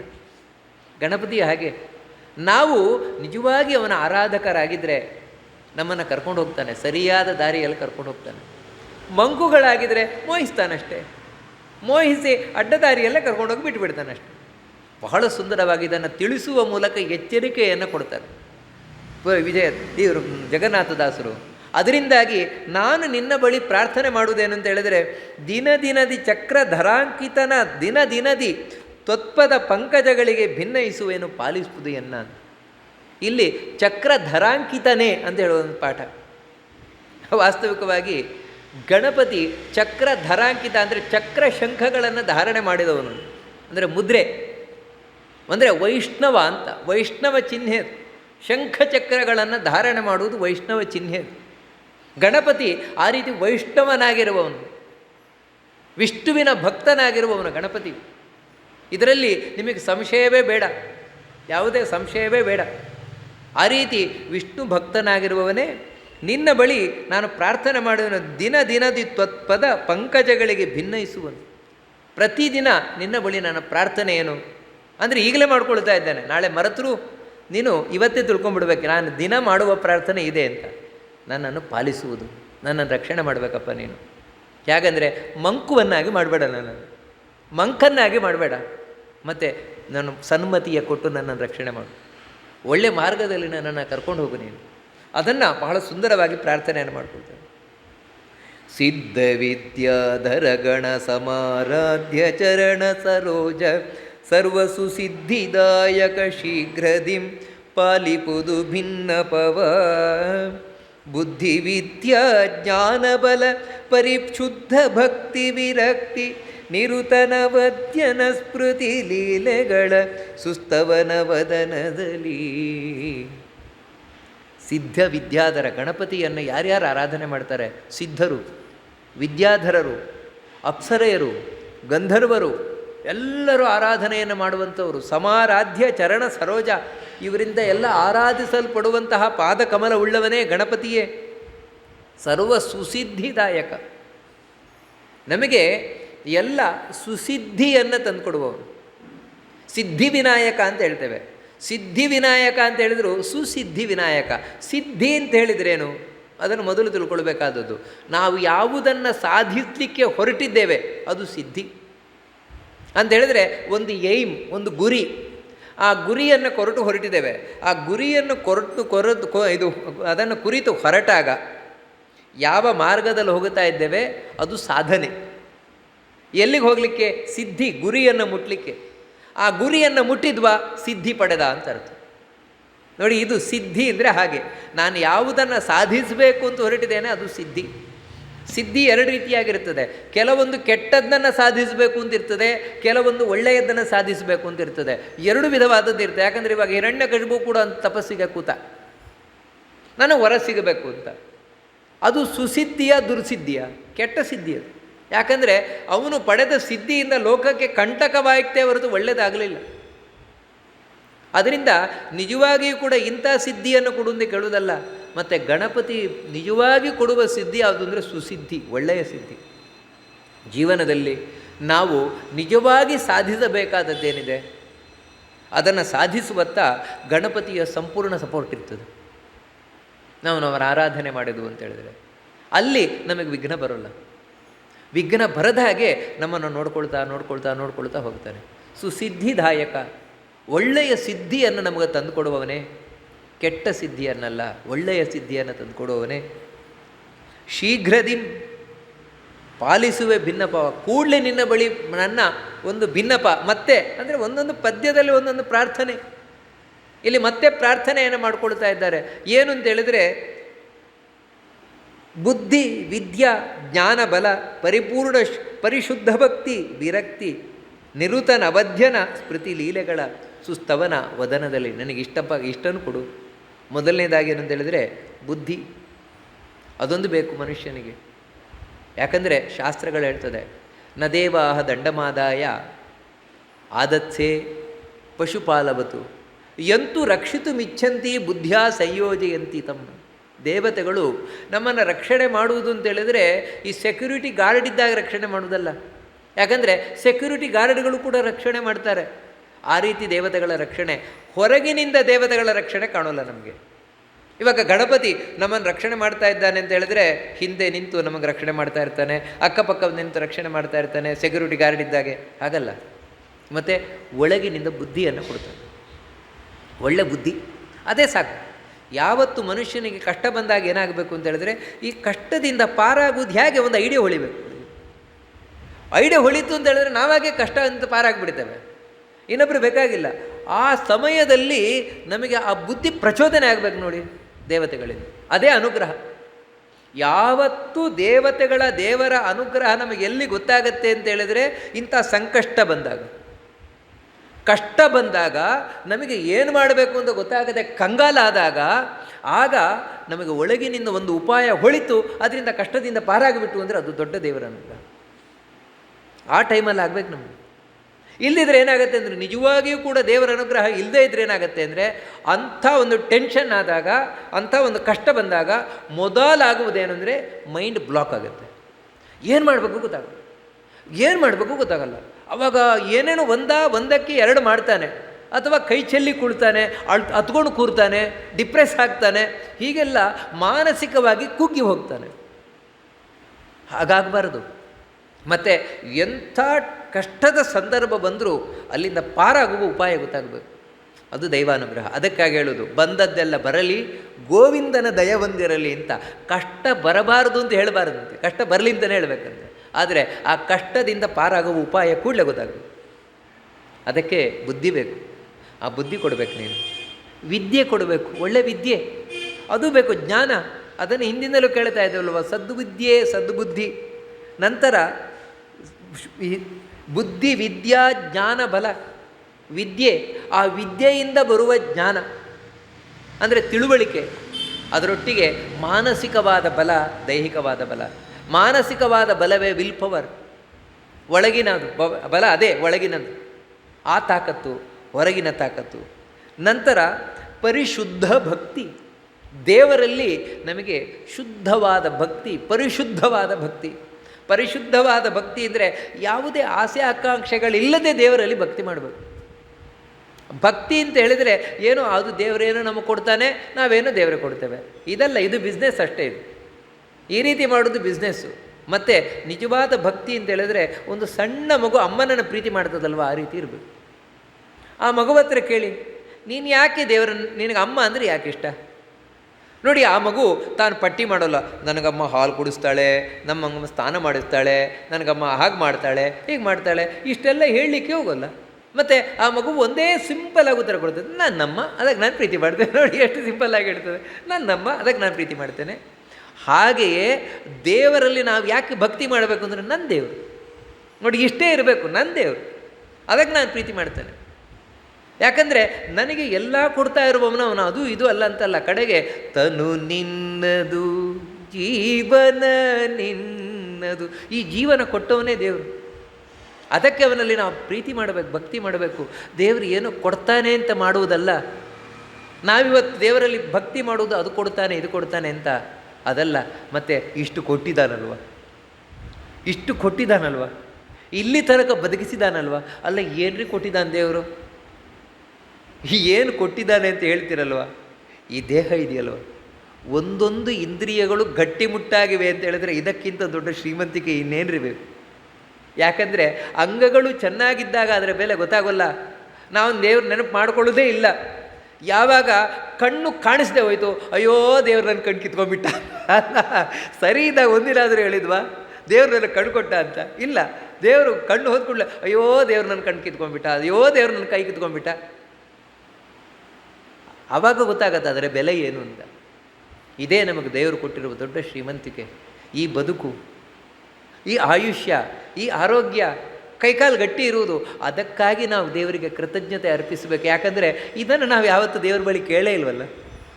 ದೇವ್ರ ಹತ್ರ ಹೋಗಿ ಅದಕ್ಕೆ ಕೇಳ್ತೇವೆ ಇದಕ್ಕೆ ಕೇಳ್ತೇವೆ, ದುಡ್ಡು ಕೊಡು, ಕಾಸು ಕೊಡು, ಅದು ಕೊಡು, ಇದು ಕೊಡು. ಯಾವತ್ತಾದರೂ ಕೇಳಿದೇವ ಈ ಜೀವನದ ಬಗ್ಗೆ? ಕೇಳದೆಯೇ ಕೊಡ್ತಾ ಇರುವವನು ಎಷ್ಟು ದೊಡ್ಡ ದೇವರು. ಅದಕ್ಕೆ ಅವನಲ್ಲಿ ಭಕ್ತಿ ಮಾಡಬೇಕು, ಪರಿಶುದ್ಧವಾದ ಭಕ್ತಿ. ಯಾವಾಗ ಭಕ್ತಿ ಬಂತು ಇನ್ನೊಂದು ಕಡೆ ವಿರಕ್ತಿ. ಏನ್ರಿ ಇದು ವಿರಕ್ತಿ ಅಂದರೆ ವೈರಾಗ್ಯ. ಅಯ್ಯೋ ವೈರಾಗ್ಯ ಬಂದುಬಿಡೋದು ಇಷ್ಟು ಬೇಗ? ಯಾಕೆಂದರೆ ನಾವು ವೈರಾಗ್ಯ ಅಂದರೆ ಏನೋ ಅಂತ ಗೊತ್ತಿಲ್ಲ. ಆ ವೈರಾಗ್ಯ ಹಾಗೆ ಆ ಭಗವಂತನ ಕಥೆ, ಸ್ಮೃತಿ, ಲೀಲೆಗಳ ಅದನ್ನು ಬಾಯಲ್ಲಿ ಹೇಳ್ತಾ ಇರಬೇಕು. ಸುಸ್ತವನ ವದನದಲ್ಲಿ ಬಾಯಲ್ಲಿ ಆ ದೇವರ ಬಗ್ಗೆ ಹೇಳ್ತಾ ಇರಬೇಕು. ಮನಸ್ಸು ದೇವರ ಬಗ್ಗೆ ಚಿಂತನೆ ಮಾಡ್ತಾ ಇರಬೇಕು. ಅದರಿಂದ ಜೀವನ ಖುಷಿ ಆಗ್ತಾ ಇರಬೇಕು. ಅದನ್ನು ಗಣಪತಿ ಯಾವಾಗಲೂ ಅನುಗ್ರಹ ಮಾಡ್ತಾ ಇರಬೇಕು. ನೋಡಿ, ಈ ಪ್ರಾರ್ಥನೆಯನ್ನು ಭಾಳ ಸುಂದರವಾಗಿ ಮಾಡ್ತಾರೆ. ಇದೆಲ್ಲ ಏನು ಅಂದರೆ ನಮಗೆ ಅರ್ಥ ಆಗೋದಿಲ್ಲ. ಯಾಕಂದರೆ ನಾವು ಈ ಮಾರ್ಗದಲ್ಲಿ ಇಲ್ವೇ ಇಲ್ವಲ್ಲ. ಜಗನ್ನಾಥ ದಾಸರು ಈ ಮಾರ್ಗದಲ್ಲಿದ್ದು ಆ ಖುಷಿಯನ್ನು ಅನುಭವಿಸಿದವರು.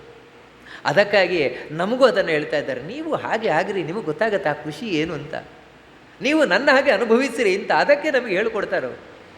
ಮುಂದೆ ಆ ಗಣಪತಿಯ ಪ್ರಾರ್ಥನೆ ಬಹಳ ಸುಂದರವಾದ ಪ್ರಾರ್ಥನೆಗಳು. ಅದನ್ನು ನಾಳೆ ದಿನ ಮತ್ತೆ ನೋಡೋಣ ಅಂತ ಹೇಳ್ತಾ, ನಾಳೆ ಈ ವಿಘ್ನೇಶ್ವರ ಸಂಧಿ ಅದನ್ನು ನೋಡಿ ಆ ಗಣಪತಿಯ ಅಂತರ್ಗತನಾದ ಭಗವಂತನಿಗೆ ಅರ್ಪಣೆಯನ್ನು ಮಾಡೋಣ ಅಂತ ಹೇಳ್ತಾ ಇವತ್ತಿನ ಉಪನ್ಯಾಸವನ್ನು ಆ ಗಣಪತಿಯ ಅಂತರ್ಗತ, ಆ ಮುಖ್ಯ ಪ್ರಾಣಾಂತರ್ಗತ ವಿಶ್ವಂಭರನಿಗೆ ಅರ್ಪಣೆಯನ್ನು ಮಾಡೋಣ. ಶ್ರೀಕೃಷ್ಣ ಅರ್ಪಣಂ.